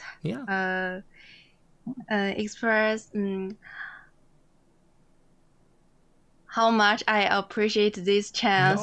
You are really a nice teacher. You great with students with big smile. I like your big smile. Thank you. That's very sweet. But no, I think you did a great job, Ivy. It is very scary. And one thing I really like about you and what you said earlier is you were not afraid to admit that you didn't understand something. You said, oh, maybe I said it wrong, or maybe I don't understand the meaning of negative. People like you who are not afraid to admit their mistakes or admit they don't understand something, they usually grow and improve the fastest. Because confident people who are too positive and confident, they say, yeah, I know that word, it's fine. And then when you really ask them, you realize, oh, they didn't actually understand everything. So you're doing a great job, Ivy. Keep doing what you're doing. You spoke really well today, and I think you expressed your words very clearly. So very well done. Thank you. Thank you. I appreciate that. No, that's okay. So yeah, have a wonderful evening, and I hope to see you in the future. Okay? Okay, thank you. Thank you, Ivy. Take care. Okay. Wonderful. Wow, we've had a lot of good, wonderful guests today. Thank you so much for all coming on stage. Maybe I'll accept one more, but first let's go on to the last question. The last two questions, sorry. So, what is happiness and how do we achieve it? And maybe just because of time, what is the best way to change yourself? Okay, we'll answer these questions at the same time. Okay, so I'm going to take one more person on stage and then we'll move on to the final section. Okay, let me just quickly read the comments. Let's see. So, Elena, hello. Are you popular? Are you popular? Momo, that's true. Being negative will also make you push yourself more to change better and better. Definitely, yeah. And then, yeah, I think Ivy did have very interesting ideas. She did a great job. Okay. So let's have a look at the last two questions. Now, I will say one thing, I'm going to try and keep it on topic, so please do, try to stick to this general topic. If you do go too off topic or you start talking about random things, then I might have to move on to the next person, okay? But let's have a look. Cengiz, I think, has raised their hand. Let's invite Cengiz to the stage. Oh, did I press the right? Oh, hello. Hello. Hi, Cengiz. Can you hear me? Yes, I can hear you. Wonderful. Nice to meet you. Nice to meet you too. Okay, how are you doing today? Fine. Yeah, I'm good. Good. Okay. And yeah, so like, if you don't mind me asking, what do you do? Where are you from? I'm actually from Kyrgyzstan. Kyrgyzstan. It's located in Central Asia. Yeah, have you heard of it? I have. I did an internship, and there was a woman from Kyrgyzstan, so I've heard of the country. I don't know too much, but. Have you ever been to Kyrgyzstan? No, I haven't, unfortunately. Can you tell me one, famous thing that visitors should see or do in Kyrgyzstan? Actually, my country is not very. It's like common. That's okay. Famous. That's all right. But so these days, a lot of tourists are coming. That's good. Over my country because of our country located surrounded by mountains. It's beautiful. So nature. By nature. Yeah, definitely. Tradition and stuff. That's great. Thank you. I see. Thank you. But yeah, I think nature, all these big cities like London, New York, Tokyo, they're nice, but it's really hard to find beautiful nature, untouched by humans. So maybe Kyrgyzstan is a great place for that. Exactly. Wonderful. Thank you. No, that's okay. Thank you. So yeah, is there anything that you want to answer one of these questions, or maybe share a short story about something? Okay, I think those are the last two questions. That's I right. think they're easy to answer. Yeah. They got psychological meaning or something. Yep. But I will try to express my opinions. Wonderful. On these questions. Okay. The first question is, what is the happiness and how do we achieve it? Let's go for that one. Yeah, that's what it was a good one. In my opinion, happiness is something you can feel. Mm. It's like in your real life, in every single day. Definitely. You don't have to like stick your happiness on some materialistic stuffs or something. Okay. You can find it in very easy things. True. For example, you have to see it, you have to feel it on people, on the other stuff. Mm-hmm. And for example, on my experience that before when I was like school and young, I always thought that, for example, people will be happy when they got a lot of money, or they True. will when they will go to another country That's that they right. always dreamed about or something. And after that, I also dreamed and thought so, and I can achieve those kind of dreams of mine from the childhood. But at the end of the day, I didn't feel this like peak of happiness Yeah. after achieving those things. So Definitely. that's why I could say that you have to learn how to be happy, have to find happiness on the easy stuffs. So that's what Interesting. I want Okay. to say. First of all, great job. I really like the phrase you said at the end of the day. That was perfect English, very natural. I have a question. One of your main points was finding happiness in the easy things, maybe the simple things. Could you give me one or Yeah. two examples of something that's simple or easy? For example, just to go to the wall and feel something, and to talk to the people, and get to know the people, and give a compliment to the people. Definitely. Try to help them. Exchange your it's like mutual vibes or something. That's all. Interesting. Okay, I It's one like of that them. answer. Yeah. I find it interesting because you talked a lot about doing things for others. You said helping others, giving them compliments. Now, I think when many people experience happiness, they often talk about receiving. Like, children, when they get a present, they feel happy. When they Yeah. get a compliment, they feel happy. So, why did you talk about doing things for other people and being happy? Yeah, that's very interesting point, because I am also a human being, so I feel very happy when I get something, receive something beautiful, something unexpected. But at the same time, when you give away something with your whole heart, bottom of your heart, you also feel the same happiness as you received. Yeah, I also felt that, and I also try to try to do those such kind of things. Yeah, Interesting. Okay. Yeah, I think you put it in a great way. It's not just the happiness of knowing you helped someone, but it's also seeing that other person's face, seeing that young child's exactly. face when you give them that present or something like that, right? Yeah, I think so. But great job. If you don't mind, let me ask one more question. Sure. Have you ever helped somebody and later you realize that they didn't care, or maybe they didn't even notice your help, or they didn't appreciate your help, maybe they didn't even say thank you? Have you ever had a negative experience in that way? Well, that's a very good question.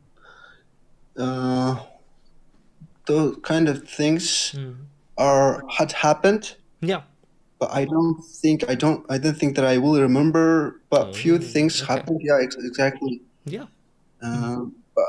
But actually, I have been to inside those kind of situation. I felt that, and because you don't have to be offended by it, be No. mad at it. You just have to let it go. Yeah, Let it go. definitely. Yeah, because we are so human beings. We forget things, Yeah. and maybe they are the people that they're being at the not good mood or something. You don't have to keep offend on yourself. That's a very bad thing. That's like harm yourself, not the others. Very good. More. But I think, yeah, it's my opinion about it. I think that's a beautiful answer. I think it's quite rare to find people like you who are so understanding. Often, busy people or people who are stressed, when they see somebody else who's not thankful or they react in a negative way, they often think, why are they like that? That's a horrible person. But sometimes they're just having a bad day. We don't know what's going on in their lives, right? We don't know if they're really but they might be a bad person. But often, there's a lot going on behind the scenes that we can't see. So I think that understanding, that patience, because dealing with other people, it's very difficult sometimes. But I think the world needs more people like you who are a bit more patient and understanding. Thank you. And can I know? Yeah. It's like your opinion. Yeah. On this question. So, are you talking about what is happiness and how do we achieve it? Yeah. Yeah, that's a good point. To be honest, I agree with a lot of what you said. The only thing I might add is that happiness takes a very different shape for different people. And I think one of the biggest challenges of life is finding what makes you happy. Because I don't know about you, a lot of children in school in the UK, in Japan, and I'm sure Kyrgyzstan as well, they have some children are very lucky to find what they're passionate about or what they enjoy very early in life, but others are not so lucky. They have to do a lot of searching, and some people just think, well, I don't have anything I'm passionate about. Maybe I'll never find it, and that's a really tough road to go down, right? So I think it's really important to, of course, as the person, you have to just go out and try many things. But also as parents and friends, it's important to bring each other into different communities, invite each other to different groups and parties. And hopefully, the more you go out into the world and try new things, you have a much higher chance of finding that happiness for yourself. So, yeah, I think it's about being proactive sometimes. Yeah, exactly. And are you happy with the work you do? That's a very good question. Yeah, I love teaching. I love live streaming because I get to talk to people like you. I've never, apart from that other woman, it's very rare for me to talk to somebody, from Kyrgyzstan, right? And I wish I had more time to talk to you and learn more about your country because, the world with Hollywood and movies, everybody focuses on big countries like the UK and America, but I'll be honest, I'm sick of America and the UK. I want to know more about, Kyrgyzstan and these other countries with a rich culture, right? So, but sorry, that's off topic. Thank you. I appreciate the compliment. Not at all. Thanks so much for letting me hear. But I have to say, just one last question. How long have you been studying English? It's been like more than 2 years, but I'm not very good at 2 years and you're already this good. What the heck? That is amazing. Oh my gosh. Like I'm learning very, very, very slow. I'm a slow learner. Get out. I've never taken any kind of courses. No. Just by myself. I want you to stop being so negative. Your English is amazing for 2 years. If I were your level at 2 years, I would be over the moon. Oh my gosh.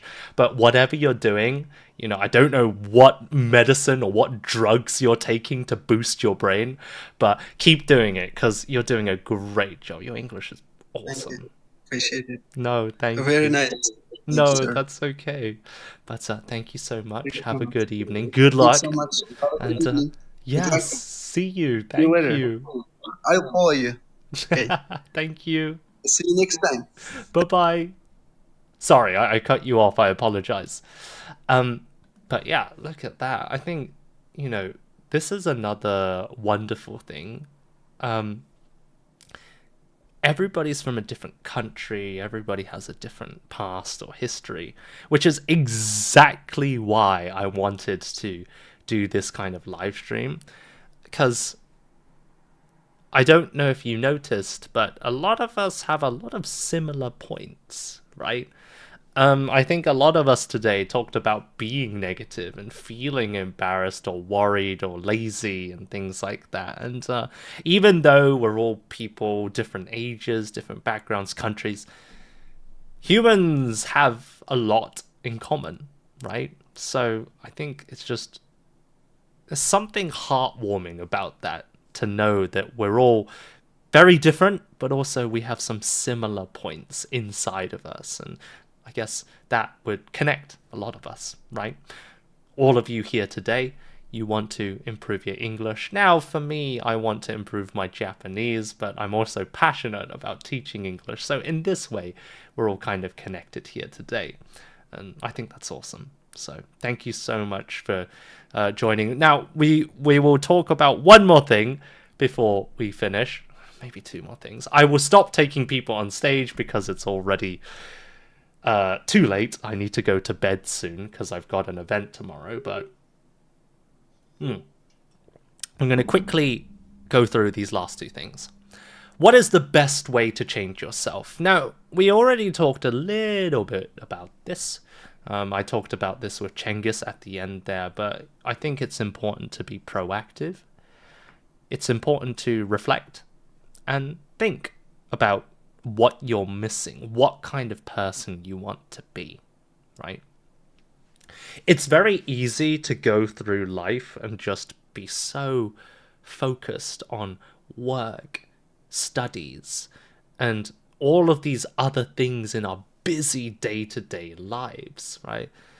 Sometimes we need to just stop, just kind of turn off your brain, maybe go to a forest, go camping or whatever, digital detox, right? And just kind of think about our lives and the general direction, right? You don't have to find the answer. You don't have to find your passion, but it's good to just try and think about what you want, what makes you happy, and what kind of person you want to be. And it's even better, I think, if you sometimes talk to other people and listen to their stories, right? A lot of people complain about their lives and talk about their stress and work and worry about their future. But sometimes I think you'll find the answer to your own problems by listening to other people. I know that today I had the lucky chance, and all of you as well, to listen to, I think we had Ivy, Lena, and then Cengiz. And even before that, there was another person, I apologize. Everybody had their own story, but we got to see the world. We got to see human life from a different point of view. And often, I don't know if you've had this before, but sometimes you have a puzzle or problem, and you spend hours just thinking about it, trying to solve this issue. And then you give up. You think, I've been doing this for 3-4 hours. I just can't do this. You go outside, you take a walk, you look at the trees, you listen to the wind, and then you think, I didn't try this. You think of a new possible solution. You go back, you sit down, you try it, bam, finished. Sometimes you just need to take a step back and just change your environment. Just think about things from a different point of view. And I find, personally, for me, that talking to others and listening to their stories, I want to be more confident. How did you become more confident? What did you do? Right? Sometimes you won't get the answer, but often, you'll learn something new. And that's progress. But anyway, so let me quickly read the comments and then we'll move on. What was it? So, yeah, thank you for your thoughts. Yeah, exactly, Laura. It was wonderful. And the best way to change yourself, I think Kaizen, the Japanese concept, is very well done, Momo. Kaizen is just like the process of self-improvement. One word I really like, you might have heard of this, it's a special Japanese word, it's called ikigai. It just means your reason for living, right? At the end of the day, what makes you wake up in the morning? What makes you want to continue living? It could be family, it could be teaching, it could be, I don't know, making the best company in the world. For everybody, it's different. But having an ikigai, having multiple ikigai, reasons for living, it's not easy to find it, but when you do, I think you've reached a big step, a big goal.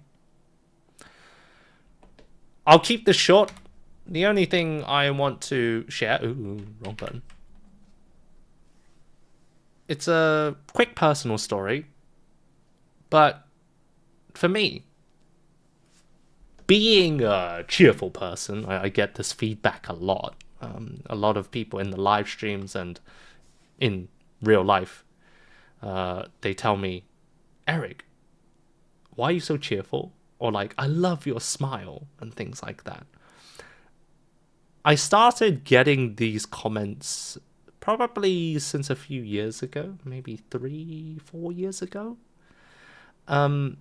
Basically after I started to become more confident with my teaching and just speaking in general. Actually, the reason why I became cheerful, or the reason why I was able to pretend to be cheerful, is a very simple reason. For me, the reason why I'm generally quite cheerful, or pretend to be cheerful, is because it affects my students. Being a teacher, as an inexperienced teacher, when I graduated, 8 years ago, I think. Oh wow, it's been 8 years. I feel so old. But I quickly realized after about 1 or 2 years into teaching that I should start from my school days. I was always a very shy kid. I enjoyed talking to other people, but I was shy. Some people thought I was an introvert, but actually I loved hanging out with others. I loved talking to my friends. I much prefer being with other people. So I'm 100% an extrovert. But I was shy. I wasn't able to talk to other people because, I had a lot of confidence issues. I thought I was very unattractive. I thought people believed I was annoying. I was very negative. That negativity, of course, it affects my mood and it affects how much I smile. When I became a teacher, I still had a bit of that negativity. I was thinking, I'm a new teacher and I feel bad because some students who get me as a teacher, I feel like there are so many better people than me and they're stuck with me now. I feel kind of bad for them and things like that. And then I can't remember exactly how, but one day I realized that I didn't smile a lot. I was often very serious, and I was often so focused on the lesson. I was so focused on, okay, I'm going to do this exercise, I'm going to do that, and then we got to follow this part of the textbook and things like that. But then I think one day I had a kind of free conversation lesson where it was just, what do you call it? Yeah, it was a free conversation, no textbook, right? Free talk. And I had one lesson where usually I write a lot of notes, I give a lot of detailed feedback. But there was one time when I had a kind of talk with a student, and we just had so much fun. It was just small talk, talking about some funny stories, like food and all of that normal stuff. And I was so immersed in the conversation, I completely forgot about the feedback, right? And I felt so bad. I was like, oh, how are they going to review? They need notes for their grammar and things like that. And at the end of the lesson, they just said, thank you. You know, I really enjoyed that. It's really hard to find such a fun teacher to talk to.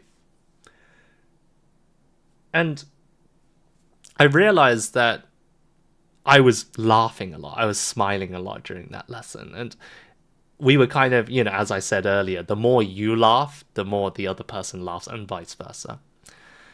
And I was so focused on thinking, oh, they need feedback. I need to focus on the English itself. And I realized that a lot of people, the thing they remember the most is not the content, like what you say, what you do, and things like that. The thing they remember the most is how you make them feel, right? This is not just talking about English. This is not just talking about classrooms or online lessons. This is something I think that's appropriate for life in any time you interact with other people, right?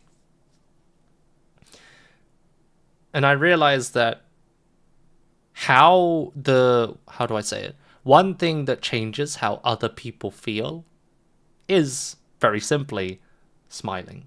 If you're nervous and negative and more focused on yourself, the other person will feel that, right? Or rather, they won't have so much of a good time.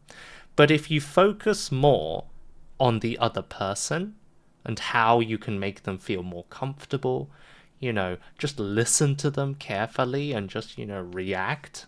All of these small things together, they will improve your human relationships. They will make you more friends. They'll make you more of a cheerful person, right? I don't think I explained that very well, but the reason I learned to smile was because I learned that it makes other people smile. And for me, the most important thing is to make sure my students enjoy the lesson. Because if they enjoy it, everything they learn during that lesson is going to stick in their brain better, and they're going to continue. Because as we all know, learning languages, learning any skill, is very difficult, but we can make it a lot easier if we enjoy that journey, right? There was one person who talked about, how can I improve my English the fastest? What's the most efficient way to get to that goal? But I think if we focus more on how to enjoy the journey than how to get to the goal quickly, I think you'll actually have a much better and sometimes more efficient way of learning. So, yeah. But anyway, I think that's about it. So, let's just finish off for there. Let me just quickly look at the comments. There are some Chinese comments that I can't read. When you are in your teaching zone, would you stop at some points where students are talking nonsense to tell them to keep quiet? Okay, interesting question. I don't know what you mean by teaching zone. I only stop students if, one, they make a huge mistake that, how do I say it, might cause a misunderstanding. Or if, two, I don't understand, an important part of their story. Like, for example, maybe they forget to explain, who they were talking to or something like that. I might just say, oh, sorry, you said you were helping somebody. Who were you helping? And then they might say blah, blah, blah. And I say, oh, okay, cool. Thank you. Yeah. I would never tell them to keep quiet, and I would never say they are speaking nonsense, right? I might just say, I'm sorry, I didn't quite understand this part. Could you please explain that again? And then if they don't know what to say, I might say, so in other words, are you saying this? And I try to guess what they're saying. And then they might correct me, or they might say, yeah, that's right. Yeah. So I just try to guide them. You have interesting thoughts, teacher. Heard all of them from a psychologist like you. I did want to be a psychologist. I mean, as you know, I studied psychology. You talked about when you used to be serious in the class. So I make it a phrase. Teaching. Oh, I see. Right. I see. Very well done. Thank you for that extra explanation. Yeah. When I was in the teaching zone, when I was so focused on the lesson, I never told anybody to be quiet. No. But yeah, I was too focused on the textbook part of English that I forgot that English is a language, and languages are about connecting with people. And people are very emotional, and our emotional state can affect, how we take in information. It affects our memory of the conversation, right? So I've started to focus more on the human part of English teaching and communication. So yeah, that's why I don't like using textbooks. Textbooks are good sometimes, but I think there needs to be more education about communication skills and just understanding of basic human psychology, because I think there's not enough of that. But anyway. Okay, so I think we're going to end it there. We are running over schedule. I was planning to finish 40 minutes ago, but we had some great people coming on stage. They shared some awesome stories, so thank you so much. Are there any final questions before we finish today? Anything? No? You're going to let me sleep now? No, but thank you all so much. It was great. If you take more questions, there will be another 40 minutes. You are absolutely right. So let's end it there. Thank you so much for the comments and the questions and everything, and for listening. We're going to do more live streams, hopefully next week. Am I busy next weekend? I will update my moments. But yeah, it was really fun today. And take care, all of you. Enjoy the rest of your day, or maybe, your Sunday, whatever time zone you are in the world. And yeah, thank you, Momo. I have fangs. And the last person, I can't read your name, I apologize. And Mio, thank you. But yeah, Nicole, thank you so much for coming on stage at the beginning. But all of you, have a wonderful night. And I'll see you next time, okay? Bye for now.